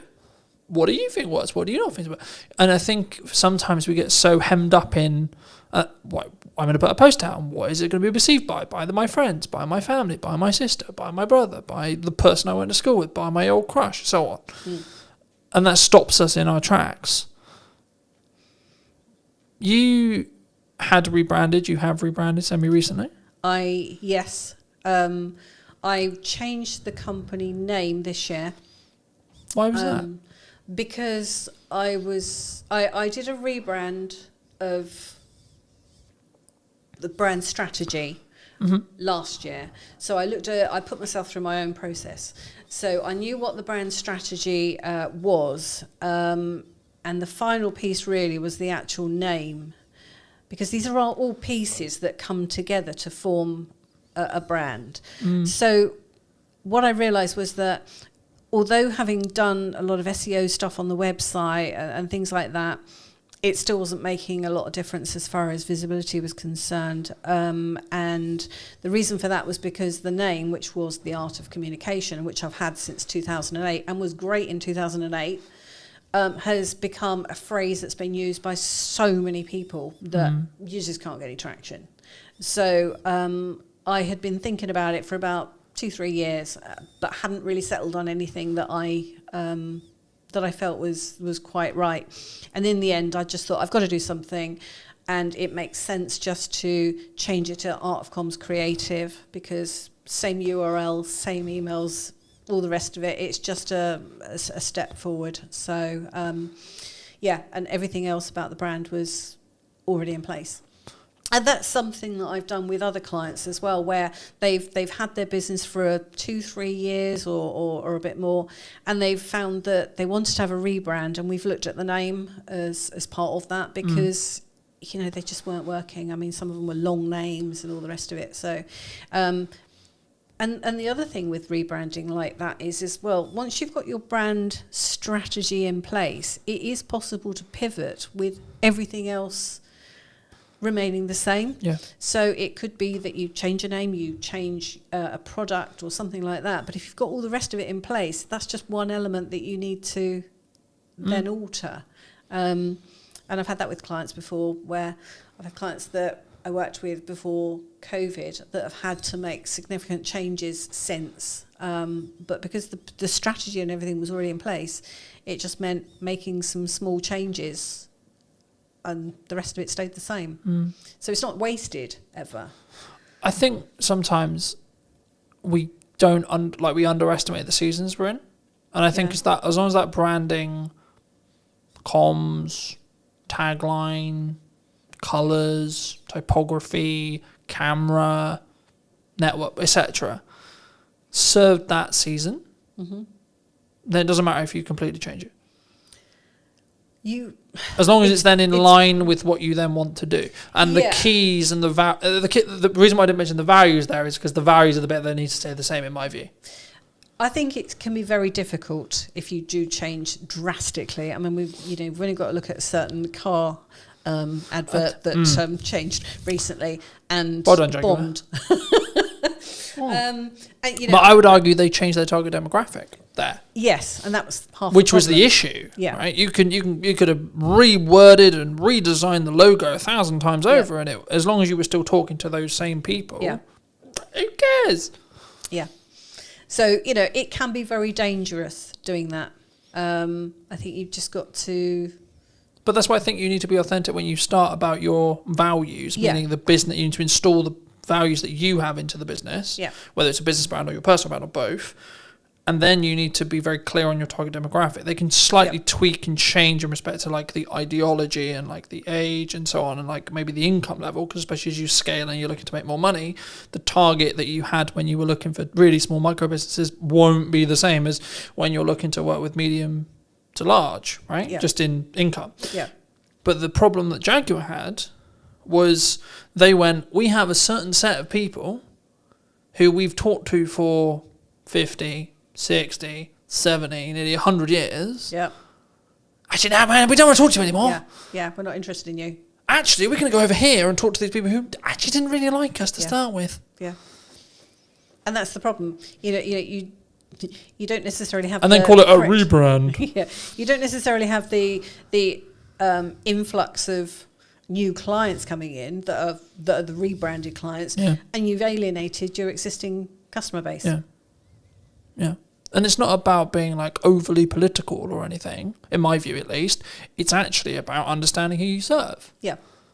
And actually saying if you're going to make a transition, a pivot, whatever you want to call it, are you slightly pivoting or are you drastically pivoting? And if you are drastically pivoting, have you thought about the downside and have you prepared financially to make sure the company can run for 2 years while you build the momentum on the other side? There's nothing wrong with that. You might have gone, actually, I don't align with that anymore.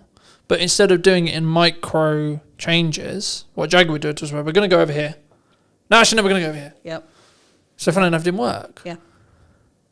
And it was then became a laughing stock on the internet, which I found quite interesting. It was very interesting to watch. Yeah, very interesting. And I was like, which comms manager got fired, right? Because you know a comms manager got fired somewhere. They did, right? And the agency got fired. And it's like whoever came up with that idea was like, you could have done that in 2 pivots, not 1. But you don't know what Jaguar was saying to them. So I mean, it's all being blamed on the agency. But I mean, at the end of the day, but also did, and this could be anyone, not necessarily aimed at Jaguar, but did they want to lean into where they believed the future with political correctness was going? Who knows? You know, I've always been of the view that if you don't like what I say, don't listen to it. Yeah. Right. So maybe I'm anti-political correctness. But that's what branding is about, though. It is about not just attracting people, but also putting some people off. Yeah. And I think for me, I've always been, I have a 100% honesty policy that sometimes gets me in big trouble. All right. Sometimes with clients as well. But I think that's being more authentic to me. And I think that's actually really important because, like, if I make a mistake, I'll put my hands up and go, I'll make a mistake. Yeah. But also, if I think that the client's comms or the client's communication before the project was the problem, I'll say that this wasn't on the list. Yeah. I had it the other day. It's like, I did, but that wasn't on the deliverable list. So, funnily enough, it's not a deliverable.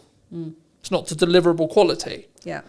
There's footage that exists of it, yes. But it's not to deliverable quality because we didn't agree that that was a deliverable before the project. And then I purely just focus on how can we do it better next time. I don't dwell on it. I just go, well, okay, there was a miscommunication. I don't even point the finger. I just say, well, there was clearly miscommunication there. But I think that's natural in business. And sometimes that might mean we don't work together. Okay, fine. That also might mean, actually, I think that strengthens your relationship with the client sometimes. It can go either way.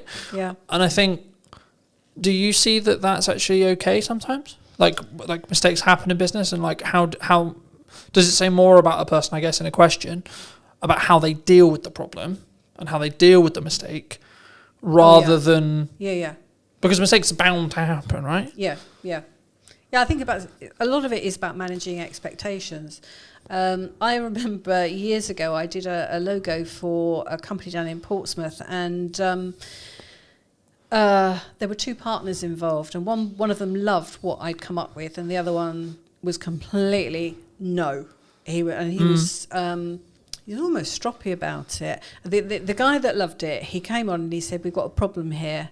And so I just sort of said, "You know what? Let's have a meeting and we'll sit around the table and work out what's going on here."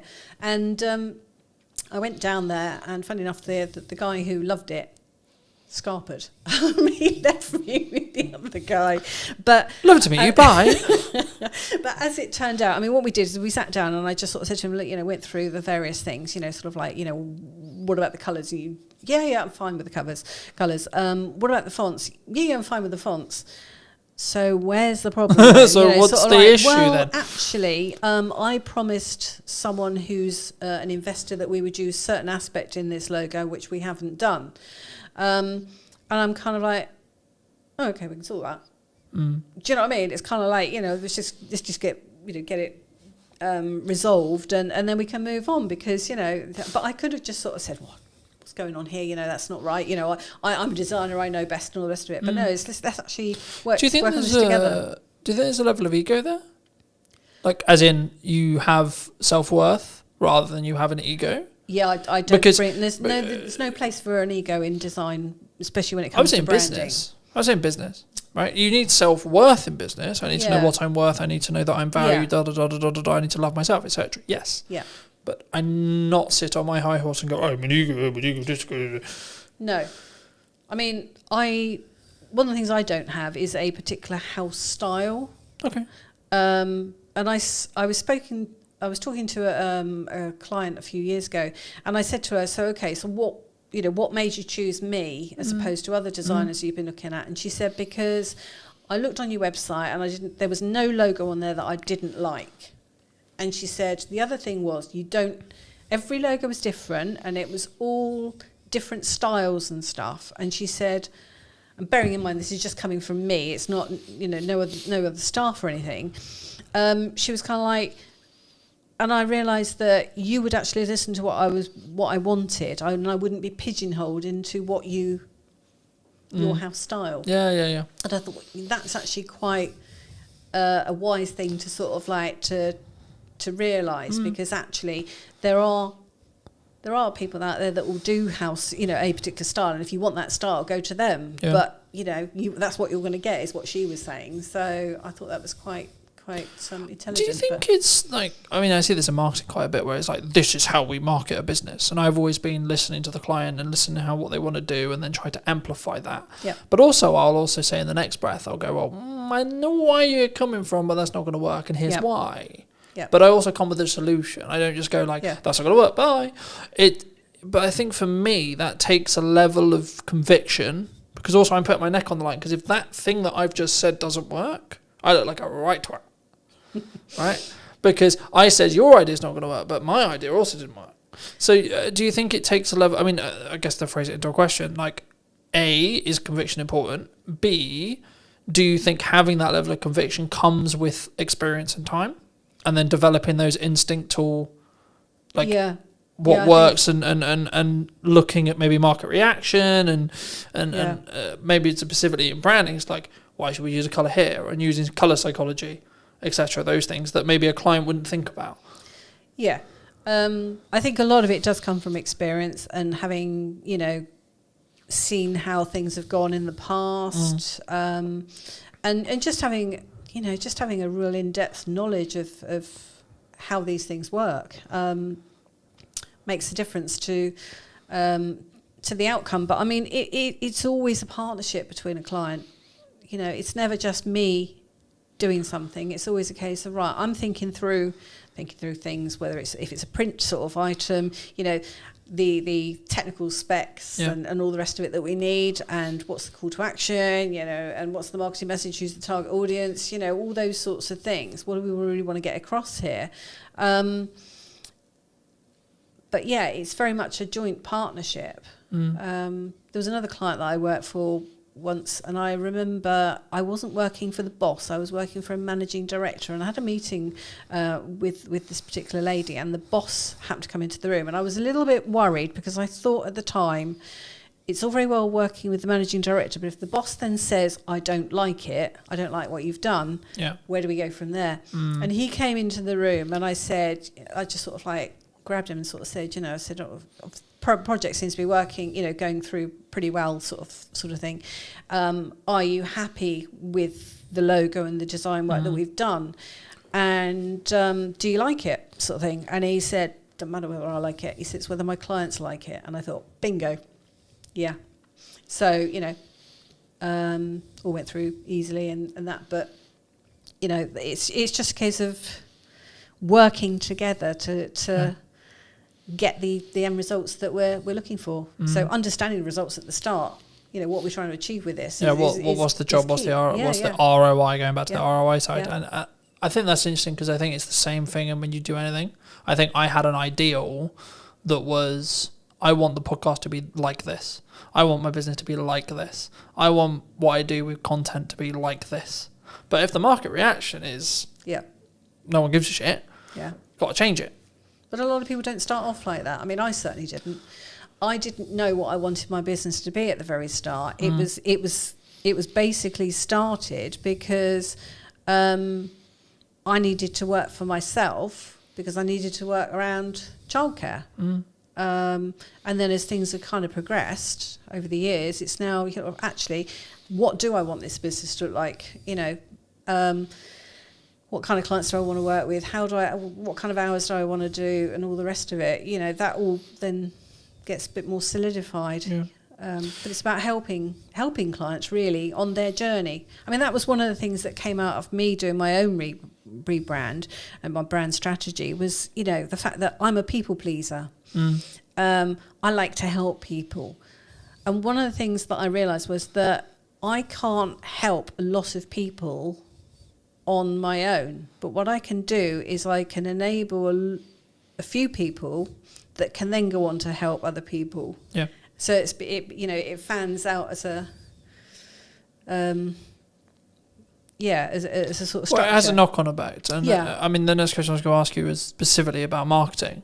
Do you think that people need to lean into more ideal action, as in like executing regardless of the outcome or regardless of it's not perfect, to make the ball start rolling, rather than I'm going to sit on all my ideas and I'm going to execute when it's perfect?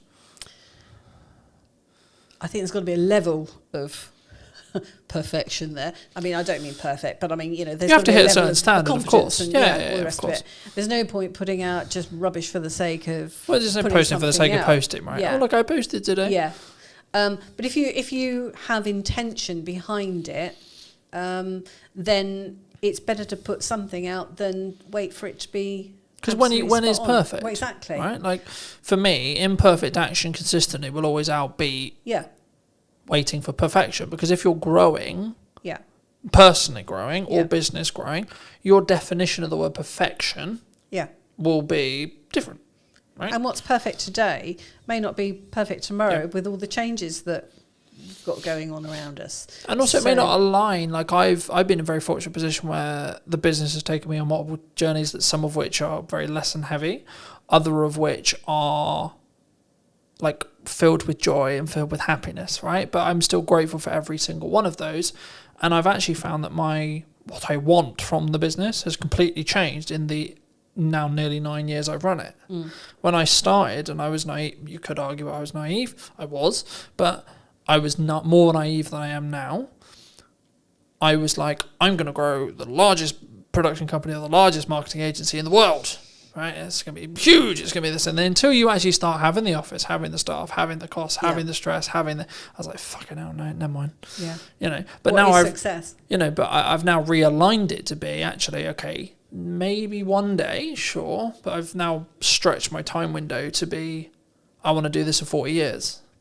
I want to still be able to do this in 40 years and then see where we are.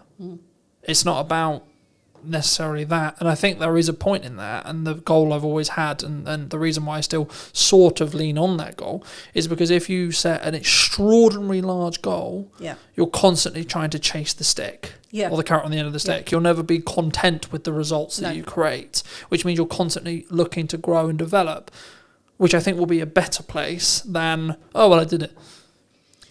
If I look at just doing 20 episodes of this podcast, I've done episode 20. Done. Now what? I'm done. Yeah. I can stop now. Yeah. But that's... So This feels weird. I'm not used to being this side. I'm sorry. You're sorry. fine. You're good. It does feel weird when you're on the wrong side, doesn't it? It's like what? Well, hello, my friends. Welcome to a brand new podcast today in James's studio. Today I'm going to be with Maddie, talking about her new book, talking about neurodiversity, money, etc. Hi Maddie, how are you? Hey, thanks for having me. It's lovely to be here. It's good, isn't it? The second time on your podcast. I know. Love it. And you also, while I was setting up, you reminded me that it's been a year since we has last been- spoke. it's been And a that's year. nuts. That is We have absolutely... spoken a little bit in between then. It's Yes, not like but I've totally ignored you. Hey, people are busy. It's all good. For people who don't know, Yes. what do you do? So I like to call myself a multi-potentialite. So for people who don't, That's a sentence. it is, yeah. For people who don't know what that means, it means that I am a jack of all trades, and instead of being master of none, I'm actually quite good at some of them. So I am an ADHD money and business coach. I am a visibility strategist. I'm a speaker. I am a app owner. I'm a wellbeing platform owner. I also am an author of a Amazon best-selling #1 book, Mad About Money. I think that is about it. Oh, mum as well, dog owner, crazy Wonderful. person. Wonderful. I'm a neurodivergent with every single neurodivergent presentation that there possibly could be available. It's funny, right? I did a podcast yesterday, and the crux of the conversation afterwards, we ended up talking for an hour afterwards. Cheers, Johnny. Appreciate the conversation. Was basically like everyone's like, oh, you need to niche, right? I wasn't actually going to start here, but as you mentioned it, we'll start here, right? It's my favourite topic. Why do we not? Because I've always been in the world of like, I could niche, but I don't want to. Yep, that's exactly Right? where I am. Like I could make probably a lot more money if I did, maybe, right? Arguably that's what everyone who's into niching will tell me. But for me, I'm like, yeah, but tell that to wedding videographers during COVID, for example. Right? Yes, exactly. How'd that work out? I'm a big fan of like not putting all your eggs in one basket, but also as a neurodivergent, I need to make sure that my brain is entertained. And if I have to stick and do one thing, I'd get really fucking bored all the time. So I do things in a variety of ways. So the way I describe my business to people is I have an A side and a B side. Like think about like cassette tapes, only your soundtrack. When you are a cassette tape, you have a side and you have another side and you can flip it. So that's basically what I do. I talk about business on one hand and money on the other hand. And in the middle of that, there is also things like well-being, life. Obviously, the neurodiversity stuff is quite big for me. I'm a qualified neurodiversity specialist. And I don't niche by the things I do. I niche by my values. I niche by the things that I talk about. So I talk about basically 4 different things when it comes to my content pillars. I talk about neurodiversity. I talk about life. I talk about money. I talk about business. And it just so happens that I'm also really bloody good at TikTok, social media, all of those kind of things. But they all do fall under the business arm. So, I'm a qualified business strategist. I've been a business mentor coach. I hate the word coach, really. It's more, I do more mentoring. Like, I don't do that whole, like, how does that make you feel type of, like, coachy thing. I do the, like, this is your strategy. This is how you do it. Like, let's talk about ways that we can grow your business, and let's talk about how to get you a plan to grow your business. So it's not your traditional coach. It's kind of more like sounding board, like let's throw stuff around and help you to grow type of situation. I think there's so much I could go there, but I'll start. I mean, let me ask you this like a very selfishly personal question. Okay. Because I'm a dyslexic, Yes. is that why I don't want a niche? Because I think there'll be people watching this who maybe are on the neurodivergent scale, Yes. who are like, I don't get it. Because I can do multiple things, I can spin multiple plates, but like doing one thing consistently, I can't think of anything worse. So dyslexics need to have their brain stimulated, and doing one thing does not stimulate your brain. So it's the same for most neurodivergent presentations. Like we will want to do things that keep us alive. It's why we do the things that are very much interest-based. Yeah. So if I said to you, do you want to be an accountant? You'd probably go, fuck no, that sounds super boring. Like if you said to me, like, do you want to be a videographer? I'd be like, no, because I do not know how to do that. But if I like being a business coach because it gives me the variety of people. So I get the variety of like working with people who have all got like ridiculously different businesses. And most of them are also multi-potentialites. You know, they do lots of different things because they want their brains to be stimulated. So by working with lots of different people who all do different things, who also do different things within their things, I am just constantly like, this is fun. Yeah. Like if there's ever a day where I turn up to work and go, oh God, this is ridiculously boring, I think I'm in the wrong job. But I, every single day, love what I do. I think it's so easy for us to sit here and go, oh, well, we love what we do, etc. Right? Because there's that A-Dodge analogy of you find something you love, you'll never work a day in your life. But it's I work really hard. But that's what I was going to say. I mean, I think it's one of those things where when you say that, I can tell you haven't done it. Yes. Because like the whole bouncing around things and like spinning multiple plates and coming up with new ideas drives my partner mad because I'm constantly coming up, I've got this thing, I've got this idea, oh, what about this, oh, what about this? But that's one of the reasons why I would argue I'm going to be a really good entrepreneur. Yes. Because I can constantly adapt. I'm switching from finance head to marketing head to sales head to client delivery head to now doing a podcast, etc., etc. Exactly. It's nice when you get to do when you get to kind of like build that team and get rid of the things that you don't enjoy as much. So like for me, admin, funnels, anything that is process driven, literally makes me want to die. Sales, marketing, talking, podcasting, video creation, not in front of the camera rather than behind it, because God no, I would not want to be the other side. But for me, it's all about the people facing, and I love going networking, and I like going to events as long as they're not too big. But that gives me all of the variety, but also it means that I can outsource the things I don't like doing as well. Yeah. Do you think there's a stage with outsourcing? Because like I've been very open in my content and in marketing. Like 2024, I overspent. I nearly lost the business twice. Right? Yeah. And I'm now in a position which is kind of not the opposite, because it's weird to say that, but it's like I'm in a stronger position, but I'm actually doing absolutely everything myself again. Yes. So I do most things myself. I've got a couple of virtual assistants who are absolutely amazing. Shout out to Kira and Naomi. They're amazing. But yeah, I think one of the things that I did super early on in my business, so like even with my previous business, was that I outsourced the things that I don't enjoy doing first. Yep. Because if you have to do all of those boring tasks, they never get done. And actually, they're quite important tasks, like scheduling emails, paying your invoices, like creating invoices. If I didn't have somebody creating my invoices, I would never make any more. I'd never make any money. And I've just been in a little handover with my 2 virtual assistants.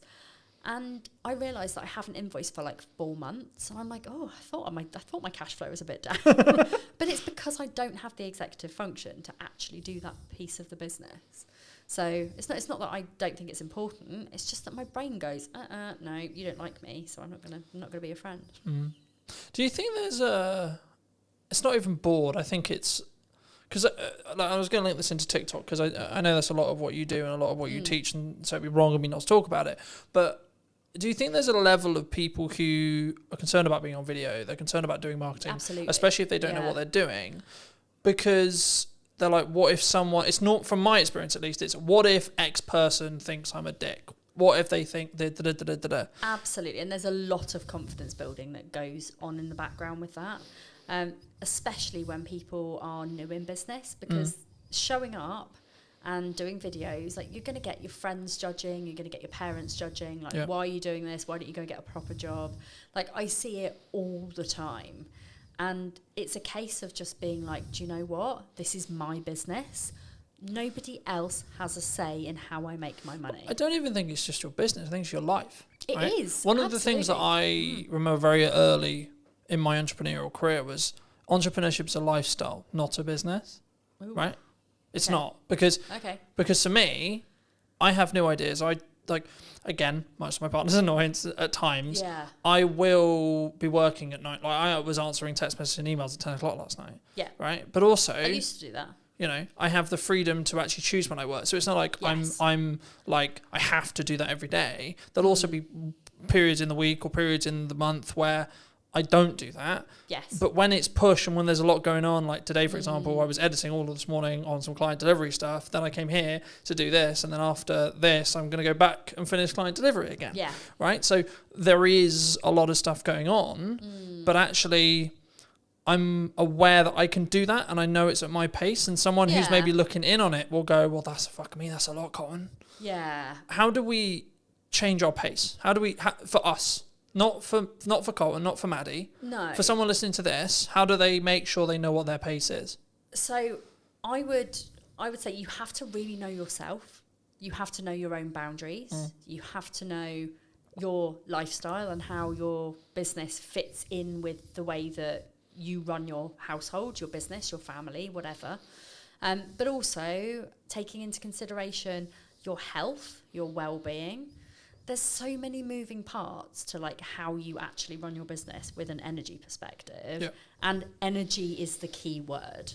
Like if you run your business based on your energy levels and when you are most productive, when you need to. So for example, like I have my first half an hour of my day is reviewing social media posts for my membership. So I've got this thing where like I do a daily thread where people can come into my membership and they can post their social media post for the day and I will give them feedback on it. I will tell them how to improve it. I will share it with my audience and therefore they get visibility, they get feedback, they get accountability. And it's also like the membership I give like confidence posts and things like that as well. But one of the biggest things for me is in the morning, I am super alert. I know that my brain works really quickly because I've just woken up. So I can bash those post reviews out really quickly. So that works for me. Then I take the kids to school. I come back and I do my coaching. So I'll always put my coaching in between like 9 and 12 o'clock. Yep. Then I often skip lunch, which I really shouldn't do, but I do. Don't judge me. I don't get hungry till like 3 o'clock because I'm on ADHD medication. But like I will eat when I get back from the school run usually.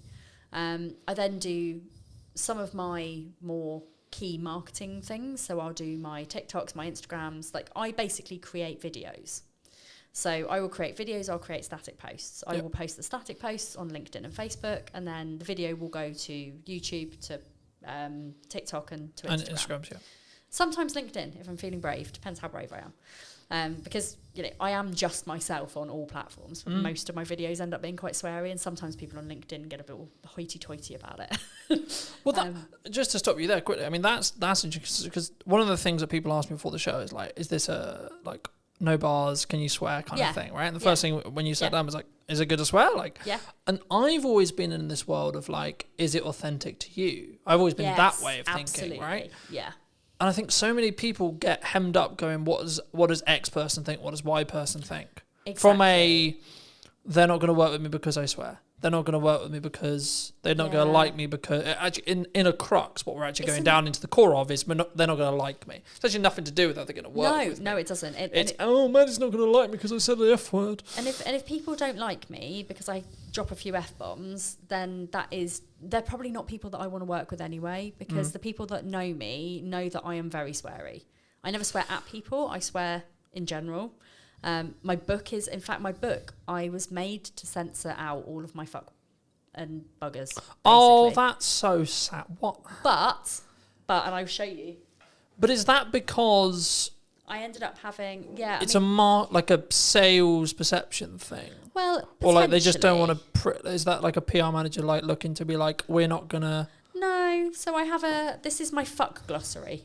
The name. So for those who are listening on audio, Manny just handed me the book and I'm looking at the fuck glossary. That's utterly hilarious. And one of the reasons, like, I actually had a big conversation here with. Hang on. Shut that back up there. There we go. I had a big conversation with my publisher about the fucks. There were 342 fucks in my book.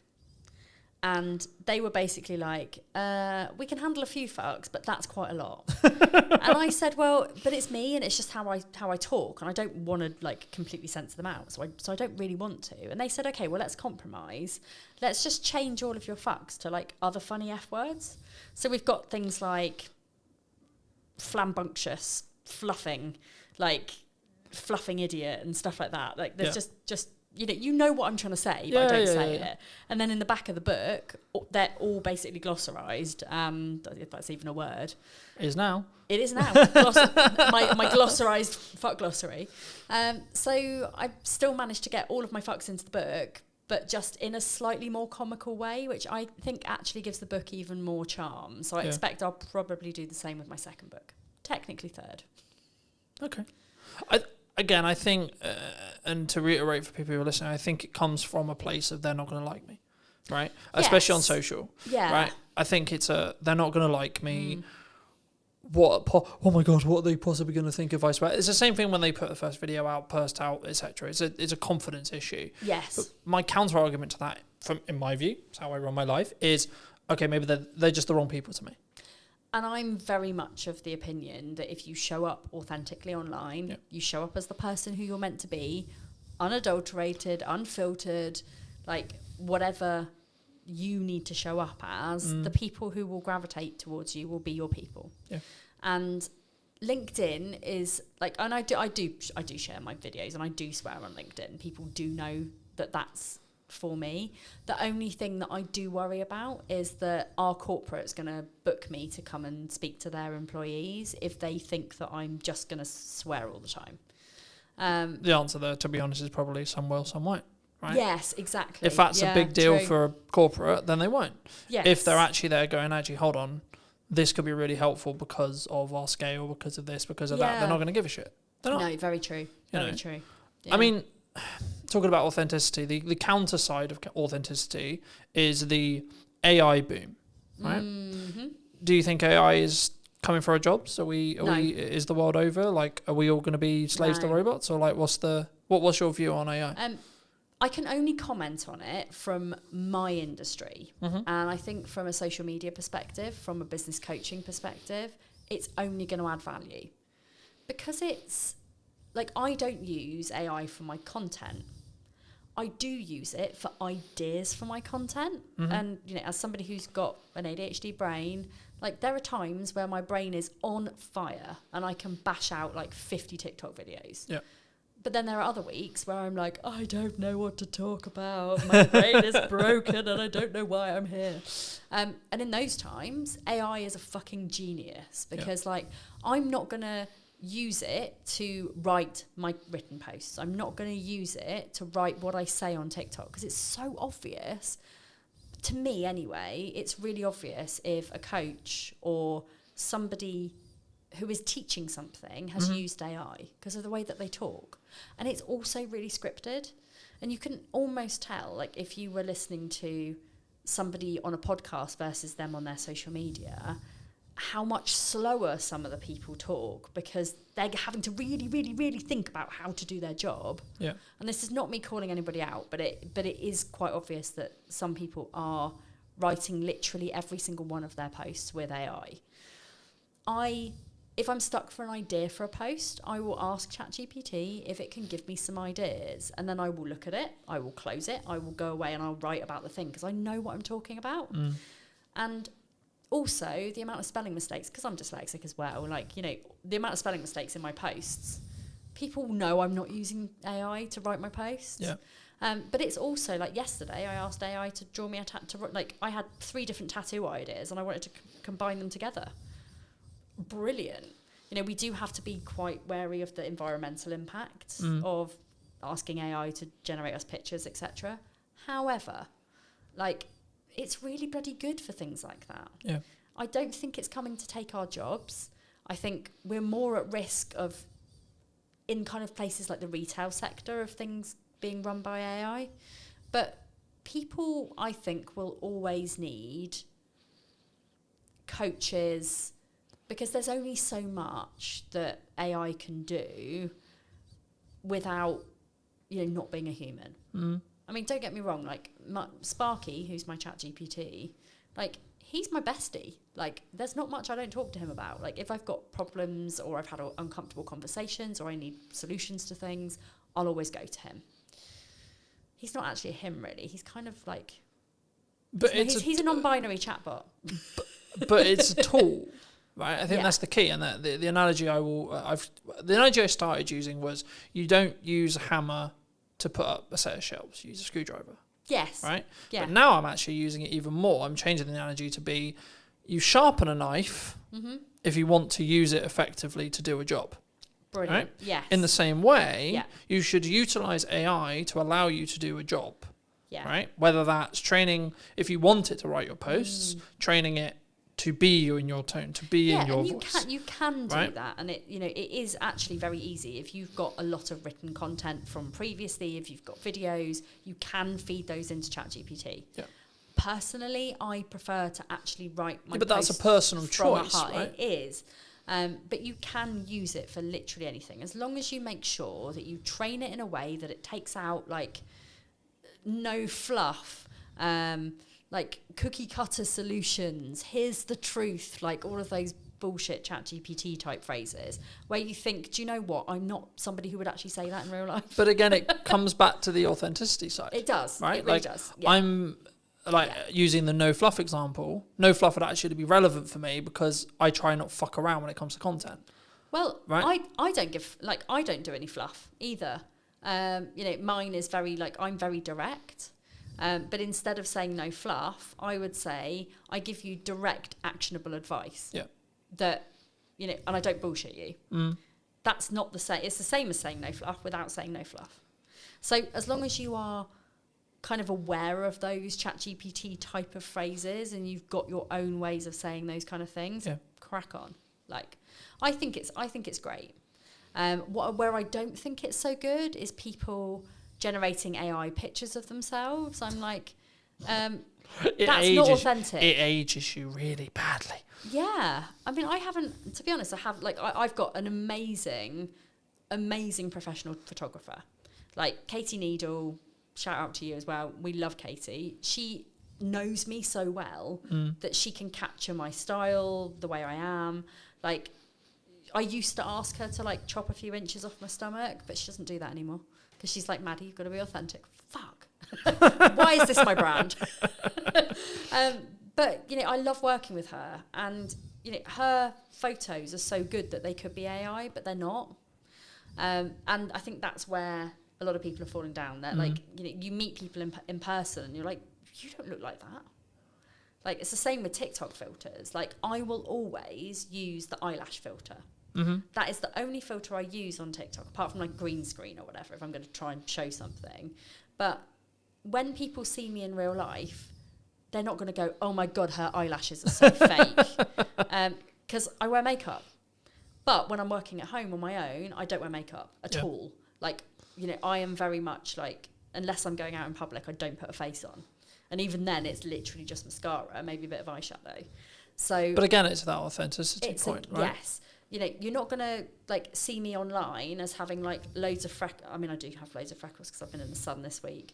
But, you're not going to see me having loads of pretend freckles or But I think that I think I was going to say I think people who do that, but I think in general, if you do that on your content or you're looking for beautify filters, Apple's known for this, etc. But I think that comes from an insecurity. Possibly. I think that comes from that point I was making earlier, which is about I'm going to put myself out there. Yes. Jesus fucking Christ, people are going to not like me. Yes. Right. Exactly. It's that the tribal mind again going. Yeah. Hold on, Maddie might not actually like me here. And do you know what it is as well? And this is why it's taken me a really long time to love myself. And I don't say that in a weird self-indulgent way. I say it in a you have to love yourself to be able to show up as much as I do.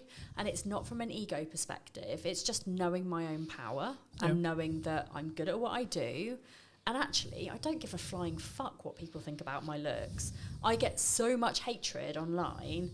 Do you know what? Apparently, having rainbow hair just automatically means you're woke. Like it is a insult. I'm more than happy and privileged and proud to be woke. But it is that. It's But an it's interesting that, jump. All right, fair enough. But it is that thing. It's like, you know, people see me with my rainbow hair and they're like, lesbian, and I'm like, married to a man, but you know, whatever. I dabbled for a while, but you know, it is that thing. But people make the assumptions, and then what I don't think, if you have high self, I'm very fortunate. I've been installed into me from a very young age, has been what I believe to be the correct values, right? It's always been, how can I love myself? How can I have self-worth? How can I have self-esteem, etc.?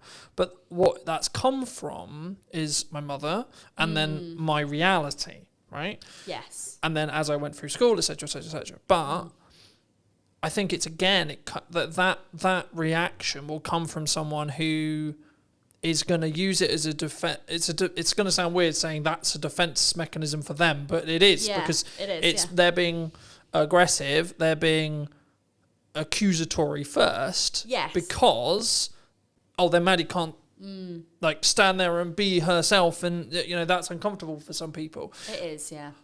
But how did you get here? Like the personal story wise, how did you get? Because I think your story is a very interesting one. I think it's something that people can really relate to, possibly now as well. And that's why I wanted to touch on it. I know we've already kind of done it in length. I'll leave the other episode in the description down below for those who want to go in a bit more depth. But quick synopsis for people who maybe don't know. Yes. So I grew up with an eating disorder, essentially. My eating disorder developed into problems with money. And by the time I was 21 years old to 23 years old, I was in £40,000 of debt. I struggled really bad with spending addiction. What I didn't know was that I had ADHD and that my brain was constantly lacking in dopamine. So therefore, for me, the two things that really, really mattered to me were food and spending money. Ching. Buying stuff, buying food. Which is why I've always been overweight, because I'm like, hey, I'm sad, have a donut. Have 5 donuts. At times that has happened. But for me, it was all about spending money. Mm-hmm. So I would buy things like dresses and clothes and bags and shoes, and I'd be the person at the pub like buying my mates like around Jaeger bombs, or I spent and spent and spent. I realised there was a problem when I couldn't afford to pay any of the repayments. It wasn't that I didn't know I had to repay any of them. I just got to the point where like I was just so overwhelmed and I had too much to pay, and I was like, where am I going to get 40 grand from? I'm 23 years old. This is pretty bad. A bailiff showed up at my door, tried to take my car. I packed up my things in the middle of the night. I fled, moved back to Southampton. Went to see Citizens Advice Bureau. They basically said to me, like, it's bankruptcy or, like, you pay it off. Those are your 2 options. Both of those sounded really shit to me, but I took the second one because I'm not a quitter. And, if I look back at it now, I probably could have gone bankrupt and it would have been great, but then I wouldn't have had my journey. Would that have been, like, an excuse, an easy way out for you, do you think? Possibly. And I do like to challenge my brain. So I like to challenge my brain. Because I think people listening to this will go like, that seems an easier path for me. Let's just reset the clock. Yeah, and actually for so Eat the shit for a year. Yeah, for so many people, bankruptcy is a very valid option. At the time, it filled me with dread and filled me with shame, and it was almost like I was going to be walking around with like a tattoo that said bankrupt on my forehead. It was hard, and as somebody who now has since had a massively catastrophic business failure, which again came with a load of money, shame and guilt and all of those things I had to reevaluate. For me, paying it off seemed like the easier option because it didn't fill me with as much dread and shame. And actually, if I hadn't have paid it off, I wouldn't have learned all of the methods to pay it off to put in my book. So, everything happens for a reason. But I learned to love money. So was there an issue with like your relationship with money? Yes. Do you think? Do you think that's where it get like? Because I hope you don't mind me saying this, but like to get to 40 grand, you've got to really fuck up for an extended period of time. Yeah. Right. Like it's not like a 3 month, 6 month. This is like years of problems. I got myself in £40,000 of debt within 2 years. Yeah. I also had a drinking problem. Like, I was a high functioning alcoholic. I say high functioning because, you know, I didn't wake up and need a drink, but I needed a drink to be confident. I was using alcohol to mask all of my neurodivergence because I didn't realise that I had ADHD and autism. And I was very awkward in social situations. People, like, now, all of my friends are like, you're not awkward in social situations. I'm like, because you met me when I was pissed. Like, all of you have known me as Maddie the social butterfly who likes a drink and is super chatty. But if I didn't have that alcohol, I wouldn't be super chatty. Yeah. So now, when I'm in social situations, I don't know very many people. I'm actually really reserved and really quiet. Put a drink in me. I'm anyone's, but pretty much that was kind of how it was. And now I don't drink anymore. So because I'm more comfortable with who I actually am. So do you think it came... Hopefully this isn't too personal, but like it links. Do you think it came from a lack of self-love, self-worth, self-esteem? Absolutely. At the core? Yes. Because a couple of months ago, I think near a month ago, 2 months ago, Jamie Oliver put out a documentary on Channel 4 all about neurodiversity and dyslexia specifically. And I was gobsmacked by some of the... As a dyslexic, I was out here going, how am I not a fucking drug dealer? I know. Like, what the fuck's going on? Like, how? ADHD and dyslexia are so closely linked, and a lot of the presentations kind of overlap each other. Yeah. So, you know, dyslexics have a very, very, very tough time, especially in early years when it's not picked up on. Yeah. And people just assume that dyslexia is just, oh, they can't read and write. It's so much more than that, and it's quite frustrating. Like, I actually go into quite a lot of detail about like breaking down all of the individual neurodivergent presentations in the book, so you can kind of like learn more about those things. Yeah.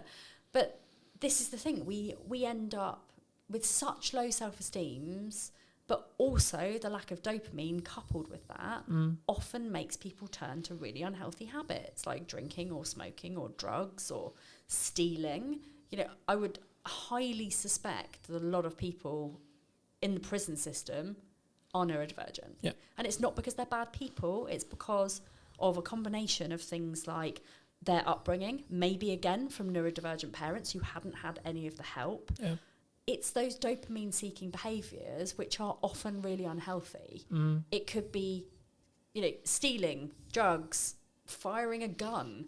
You know, all of those things are like, woohoo, exciting. I just looked at it from my perspective and went, I don't know how by stroke of luck, but like my dopamine wires are just like make money, create content, do things that are a net positive. Yeah. But I've always been very like cautious with like my circle and like what I get into, because I didn't know the like inner workings of my brain necessarily, but from a very young age I knew I had an addictive personality. Yep, same. So I was like, shit. Same, and I ignored it for a very long time. I was like, hold on, if I get addicted to the wrong shit here, oh boy, right, yeah. I'm gonna nuke my life by accident. Absolutely, and I have been incredibly close to doing that. So, you know, having that self-realization, and like, you know, for me, there have been plenty of things that I have had really unhealthy relationships with, which I have managed to curb now.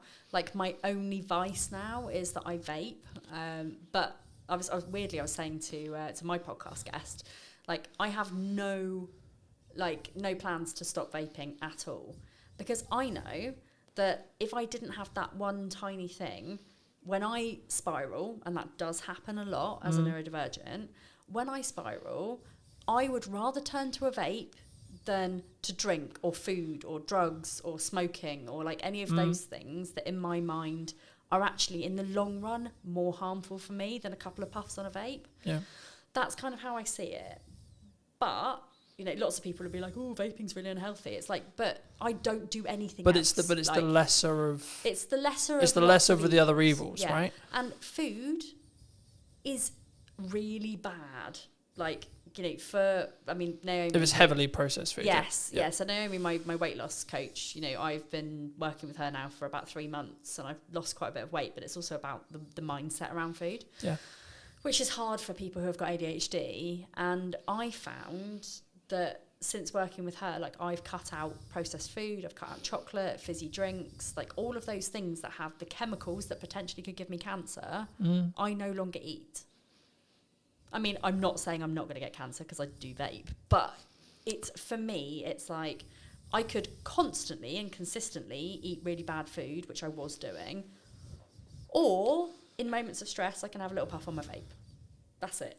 So, I think it's about focusing on those lesser of all evils. Like in an ideal world, like your stress response would be fitness. Well, right? in an ideal world, but as a disabled person who has hips that would probably die if I went to the gym, I mean, this is the reason why I'm on my weight loss journey. It's not because I'm fat. I couldn't give a fuck about my weight or about what people think of me. I want to be fitter. I want to be able to go to the gym without after 10 minutes wanting to pass out. I think that's an interesting thing, and we won't go too much into fitness here because it's not a fitness show. But for me, people are like, why do you stay consistent with fitness? And for me, I'm very aware that my job's very physical. Yes. And I'm just simply at the thought I want to do this for 50 years. I want to be able to look after my kids when I'm older, know? I mean, they're not going to be kids when I'm older, but at the same time, I went to a soft play with them at the weekend, and one of my children is very she likes the fact that mummy's an influencer, so she tells everybody. So this lady comes over and she's clearing the plates, and she's like, my mummy's an influencer, and this lady's like, oh, tell me more. So I'm like, oh, it's really embarrassing, but yeah, I do this. And she was like, oh, our area manager, I really want to speak to you. So the area manager comes over and she's like, oh my god, you're an influencer, really love you to do some TikTok content for us, and blah blah blah. She went and got me some socks. She was like, you have to go in and play. I was like, I can't, it's really embarrassing to say I'm disabled and I actually don't really want to go in and play. So I went in and played for 10 minutes before I almost died, and then went on a very scary slide. I mean, that also rhymes. But I was heavily aware of the fact that I am not fit enough to go and do these kind of things with my kids, and it made me really sad. So that's my kind of motivation behind it. It's a good motivation to have. Yeah. Do you think in business people, and this is kind of more a mindset thing about they don't start the podcast, they don't start video, they don't start posting, they don't build the momentum, they don't start whatever it is, right? Do they do that from is it just the what if someone else thinks of me, or is it still a tech issue? I still think there's a tech issue there. There's also an overwhelm issue. It's we're told that we have to do all of the things. We don't have to do all of the things. And people, I think, they see me as somebody who is very heavily into visibility. And they're like, Maddie's on every social media platform. She's got her own podcast. She's always on other people's podcasts. She writes books. She does speaking gigs. She's got a radio show. She's got all of these things. I'm manifesting the radio show, by the way. I'd argue you already got a radio show. You got a podcast. Yeah, it's already a radio show. Yeah, kind of the same. So they see me doing all of those things, and they're like, oh my God, that looks fucking exhausting. I don't want to do that. And it's because that's my hyper focus, and I love social media, and I love visibility, and I love doing all of these things. That's why I do all those things. I could still very easily put 100% of my efforts into one platform and still have very good success with it. Do you think that people worry about volume? Yes. One of my biggest questions is how many times a day should I be posting? And does that matter? No, I don't think so. Consistency is what matters. So whatever consistency means to you, whether that is once a day, whether that is, posting 3 times a week, whether it's posting 3 times a day. But for me, I also think it's when I have no client work, I can post 6 times a day. When I'm in client delivery mode for half the day, I can only post once or twice a day. So right, I'm still posting, but you're not posting as much. But when I'm here filming, I'm having to travel, I'm having to do this. I'm not in my office, sat there on the computer. So my posts will be less, right? But that's why I batch content. That's why I Exactly. Yeah. But also, I don't sit there and go, I didn't hit full post. Fuck's sake. But this is the thing. It's not how many times you do it. It's the quality of what you do when you do it. Yeah, of course. And it's also just bearing in mind that output reflects input. Yeah. So if you post more, you will more than likely get more clients. If you show up more, you will more than likely make more business, make more money. And if you are posting once a week on one social media platform, you're probably not going to be getting to your ideal clients unless you're out there and you're networking 24/7. Yeah. Which, there are other ways of doing it rather than showing up online every single day. But it's the consistency, it's the output, and then you'll see a return on investment based on what you put into that. But it's also because I think we're so, and I did a video a couple of weeks ago talking about like we're so in the business where we're so hyperly focused on I need ROI, I need ROI, I need ROI, and I'm just like, yeah, but you're outputting an amount and your revenues like driven by 10%, 20%, 30%, 40%, whatever it is. So in the nicest way possible, why do you give a shit about ROI? Because clearly it's working. Absolutely. Right?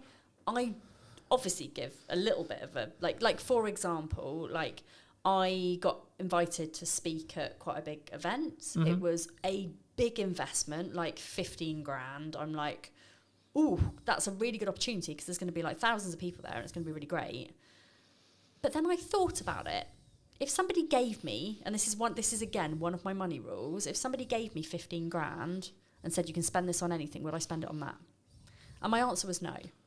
If I had 15 grand to grow my business, I would strategically think about where to put that. Yeah. I would probably put some of that on ads. I would probably put some of that on like promoting my book on Amazon, things like that. And I just thought, do you know what? What could 15 grand do for me? I could stand up in front of a room full of people and speak and maybe walk away with 5 clients. Or I can go and put 15 grand on Facebook ads and I can walk away with 70 clients. Which one am I rather going to do? So from that perspective, I look at ROI.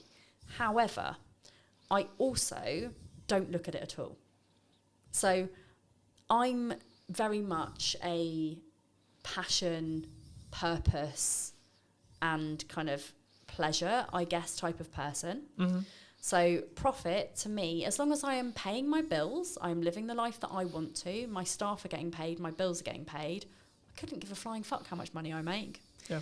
Like, and by me having that attitude, but also having very, very low costs, the only things that I really pay for are things like advertising, but I don't do traditional advertising. I mean, when I say advertising, I mean things like I'll go to an expo and I'll have like a stand at an expo, or I will have like something where like, maybe I'll pay for like to hire this podcast studio, for example. So my costs are still fairly low. And in my first year of business, I made 100 grand.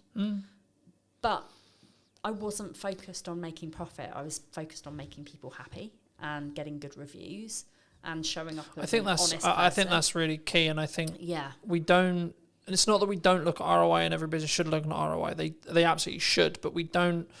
What's the ROI on a brand podcast?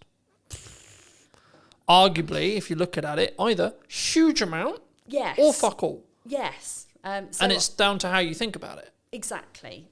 So at the moment, my podcast, I think, helps me to grow my social media, which helps me to grow my email list, which helps me to grow my client base.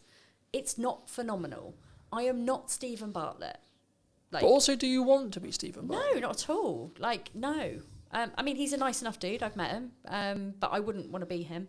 Like, in my mind, like, I think his success has very much changed him. I think I remember him very early on in the days where he was quite humble. Don't feel like that anymore.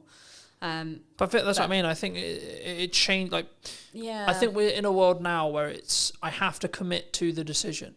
Right? Yes. So I'm going to make the world's biggest media company. Yeah, but what if tomorrow I don't want to do that? Yeah, and I want to live my life in a flexible way. As long as I am fulfilling my life's purpose, which is helping people with neurodivergent presentations to live their best life, that's my main game. Like, that is all I want.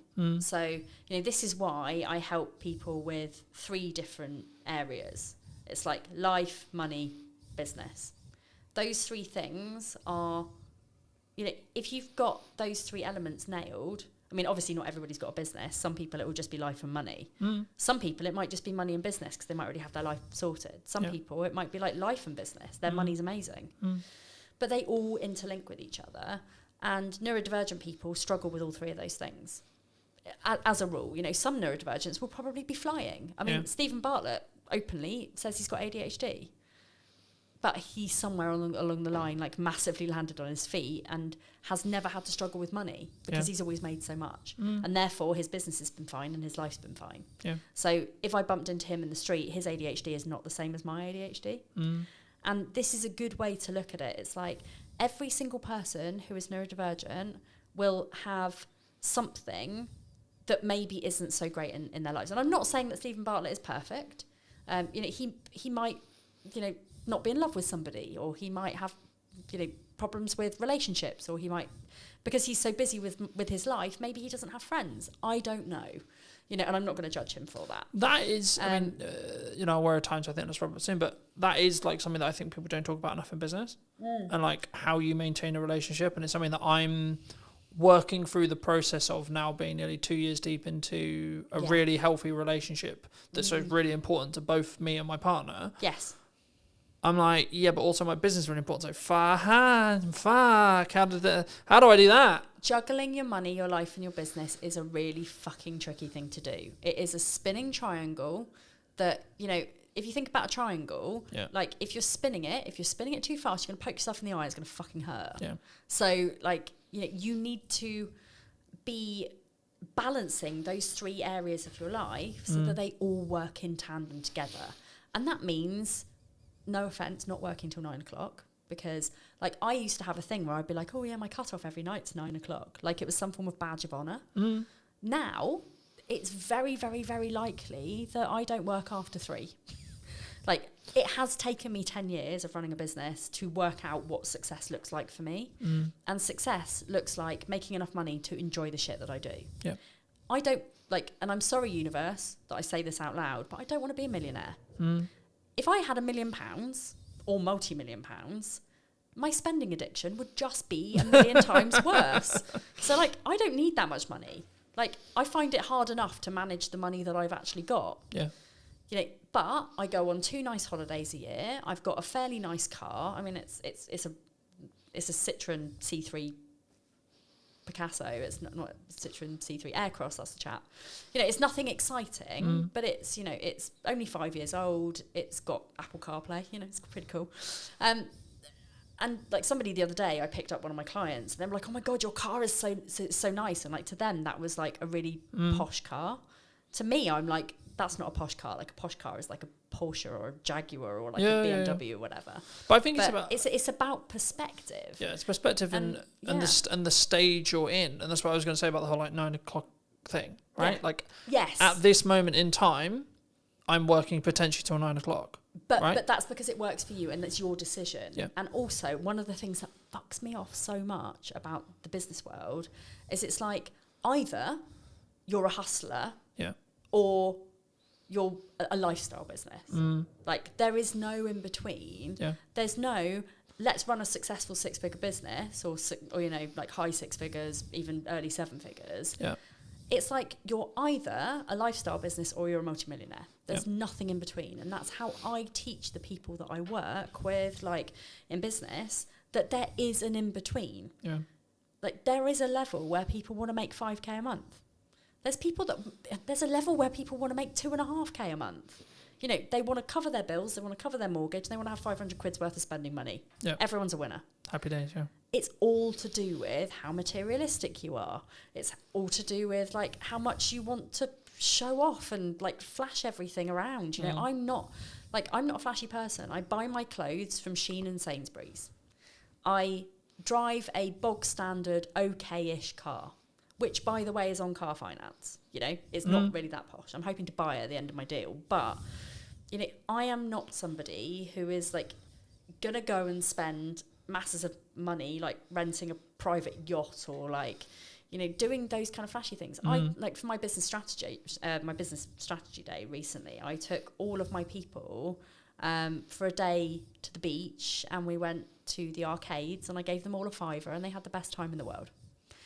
That's the sort of thing that I bring to my business community. Yeah. It's not about being flashy. It's not about like all of the things that. But I think that makes you more relatable, right? Well, it's not more about like, oh, this guy's untouchable, this girl's untouchable because she has the yacht, she has the car, she has the house, etc., etc. But no. And again, I think I think it's one of those things where you've got to choose, do you want to live to work or work to live? I want to work to live, and I want to enjoy my kids, like as much as anyone can enjoy kids. I want to have a life where like I spend time with my friends and time with my family, and like I go to a lot of gigs, I go to a lot of festivals. Like if that was taken away from me, I would be very sad. Like, and if I was going to work more, that's my decision. Like, but that's what I mean by like phases, right? And the stages you're in, right? And it's about actually having a longer, especially in a relationship. I don't know how you do it, but this is how I do it. Is right, this week, this month, this quarter, a lot of shit going on, right? Yes. I'm launching a podcast, I'm doing this, I've got an event going on, I've got loads of client delivery, etc. So what's your event, just out of curiosity?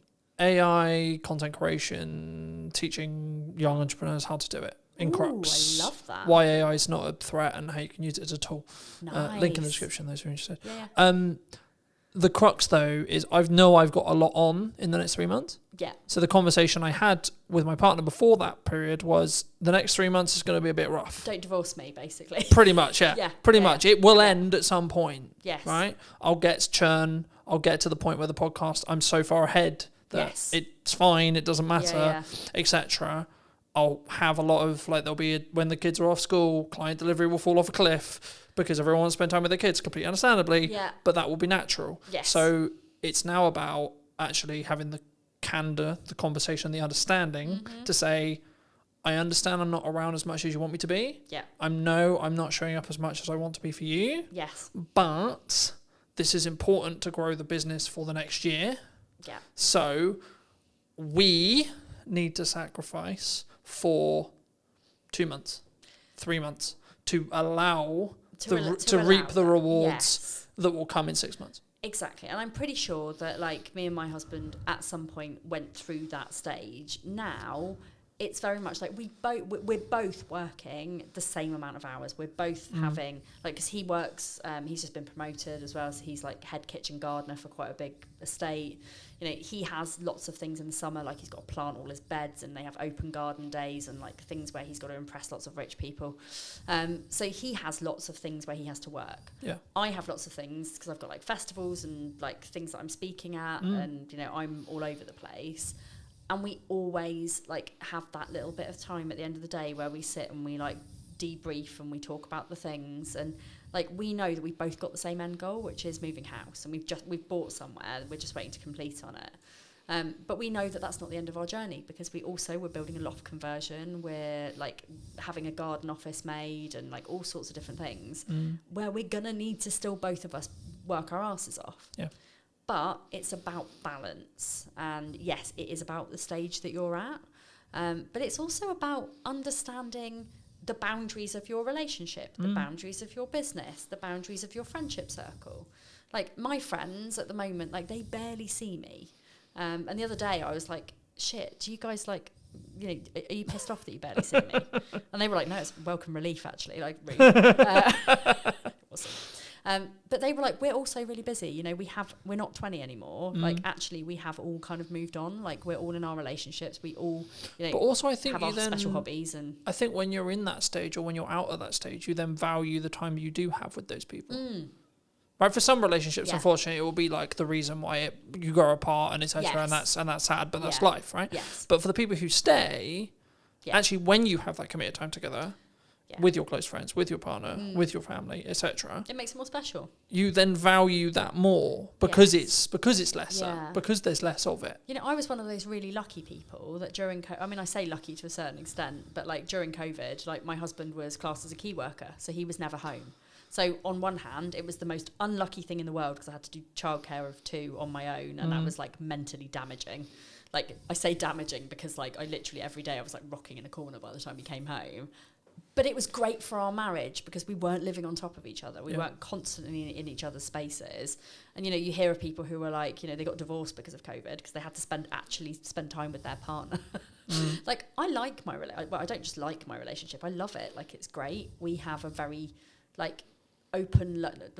I said the other day that we have an open relationship, and my son was going around going, "My mummy's in an open relationship." I'm like, "That's something very different." Like, no, we're not. But you know, we are very open with each other. We're very trusting. Like, if either of us have got a problem, like, I mean, my husband is very much like, another work event. Oh God, well, this is like, and he does get a bit annoyed sometimes because I do work away a lot. And when I say to him, like, I need to go on holiday, and he's like, why? And I'm like, well, A, it's a working holiday. I'm going to go and I'm going to write my second book. But B, like, I don't get any time on my own ever. I'm either working, I'm parenting, or I'm with you. None of that equals alone time for me. So me going on holiday on my own means that I actually get time alone with me to relax with my thoughts, with nobody talking to me, so I can hyper-focus on the shit that I need to. And that's what I need. So but I think that comes from firstly communicating what you need. Secondly, it's then both parties understanding. Yeah. And then if something has gone wrong, Yes. then there being a level of forgiveness there. Yes. And I think for me, like, they're my three keys in any relationship I have, right? Communicate, understand, and then forgive. Yes. And it's not that we're immune to making decisions and we're immune to getting things wrong. It's things are going to go wrong. How do we then deal with those things? Exactly. I'm going to overpush sometimes. Yeah. Right? And actually, how do we then bring that back and say, okay, I did this wrong. Yeah. How do I move forward, and how do we move forward so that doesn't happen again? Yeah.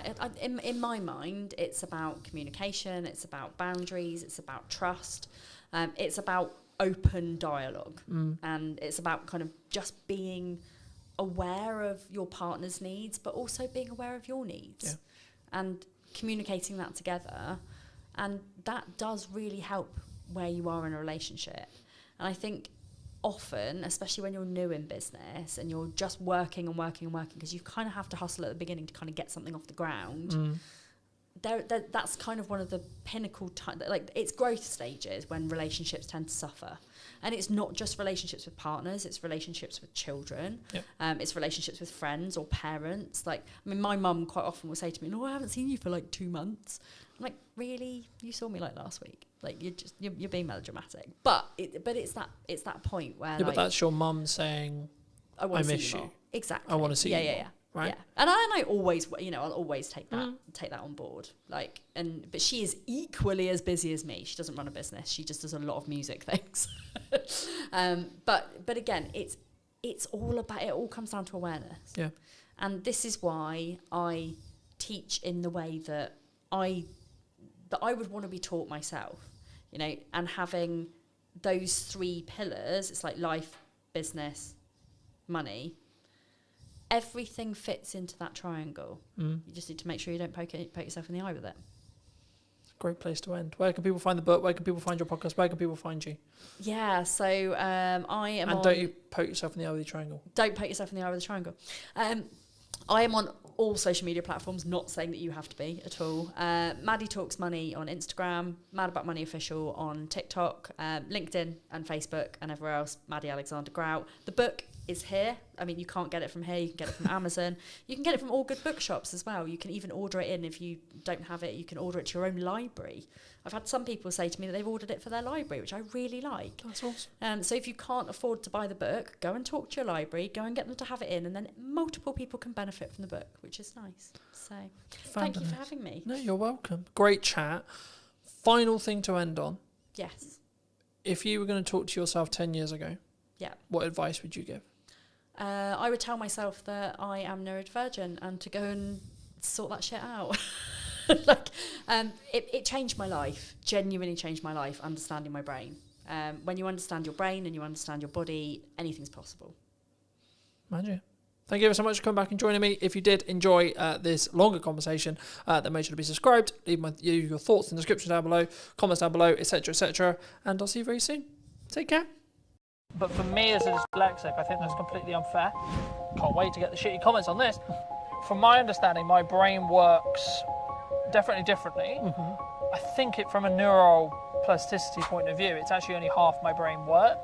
To quote, overcome dyslexia, I knew I had to work incredibly harder. Obviously, Einstein was very well known for being dyslexic, and he was a very, very intelligent man. So do you think education traditionally, school, college, university in the UK, is designed for dyslexics? The good news, I would say, about the UK is they do acknowledge it, whereas in some countries they don't even acknowledge it and they don't get any support. So I would... You're just the dumb kid at the back of the class. Yes, exactly. Thank you for all you do. Thank you for, I guess, installing the right value. Hello, my friends. I hope you're well. Today it's going to be a very special conversation. I wanted to, when I launched the podcast, create a level of peace that highlights where I've come from with my values, where I've come from with my upbringing. So I've asked my mum if she's willing to have a conversation. She kindly agreed. I was going to start with work ethic because that was first on my list, but how from a young age would you say that like my work ethic has tweaked, has changed, because I talk about it a lot in content when it comes to like a lot of the values I have are because of you. Was that deliberate? Did that come from a place of this is what I wanted to do? Like how did that happen? Probably, I think you would have observed things within me. It wouldn't have been so much I would have been guiding you and saying all of that. And I think I would say, firstly, I chose to take you to schools which weren't exactly near, because they were in theory better schools and better support. And as it turned out, in both cases, this was actually the case. In fact, all three schools were the same, in the sense that each one of them gave you the best possible outcome from your own situation. I think you probably observed the fact that I was doing everything, in that you'd be normally seeing two people doing the job of bringing up a child. I think it's important to say, I don't mean to interrupt you, but I think it's important to say for the audience's context that may not know, my dad wasn't around, and I know it's something that we don't really want to get into because I don't feel it's relevant and I don't feel it's overly important at this stage to necessarily discuss it, and I've got my own journey to go on with that. But for me, I think it's important to give that context, and I think it's a common story, but the reasoning will obviously be different, the nuance will be different, but I think the story itself will be, I guess in some ways, not unique in that respect. So I think that's really important to say. But I think, was it, because I know, I'm going to go with, and correct me if you know the ages better than me, when I was 10, maybe 12, maybe 13, you were studying your now honours in child psychology. Do you think that there was a point, were you specifically focused on the values which, or the things of how I was growing up, I guess you could say, because of the work you were doing with studying? And watching me sort of develop at the same time when you were learning the theory? I think I would say that the prelude to this, which I didn't know at the time, was I worked for the Dorset County Council on what they call a parent partnership. Okay. And that parent partnership involves special needs and families who have children with special needs, and all of the difficulties of how you get support and how difficult that can be. So at the time when I was doing that, I hadn't had you by then, and I had no idea that that would actually come into play hugely, along with then going on to qualify in my honours later on, which was very child-linked and child-based. So with your parent partnership work and the whole, I mean, did you know, I mean, let's wind the clock all the way back. I mean, obviously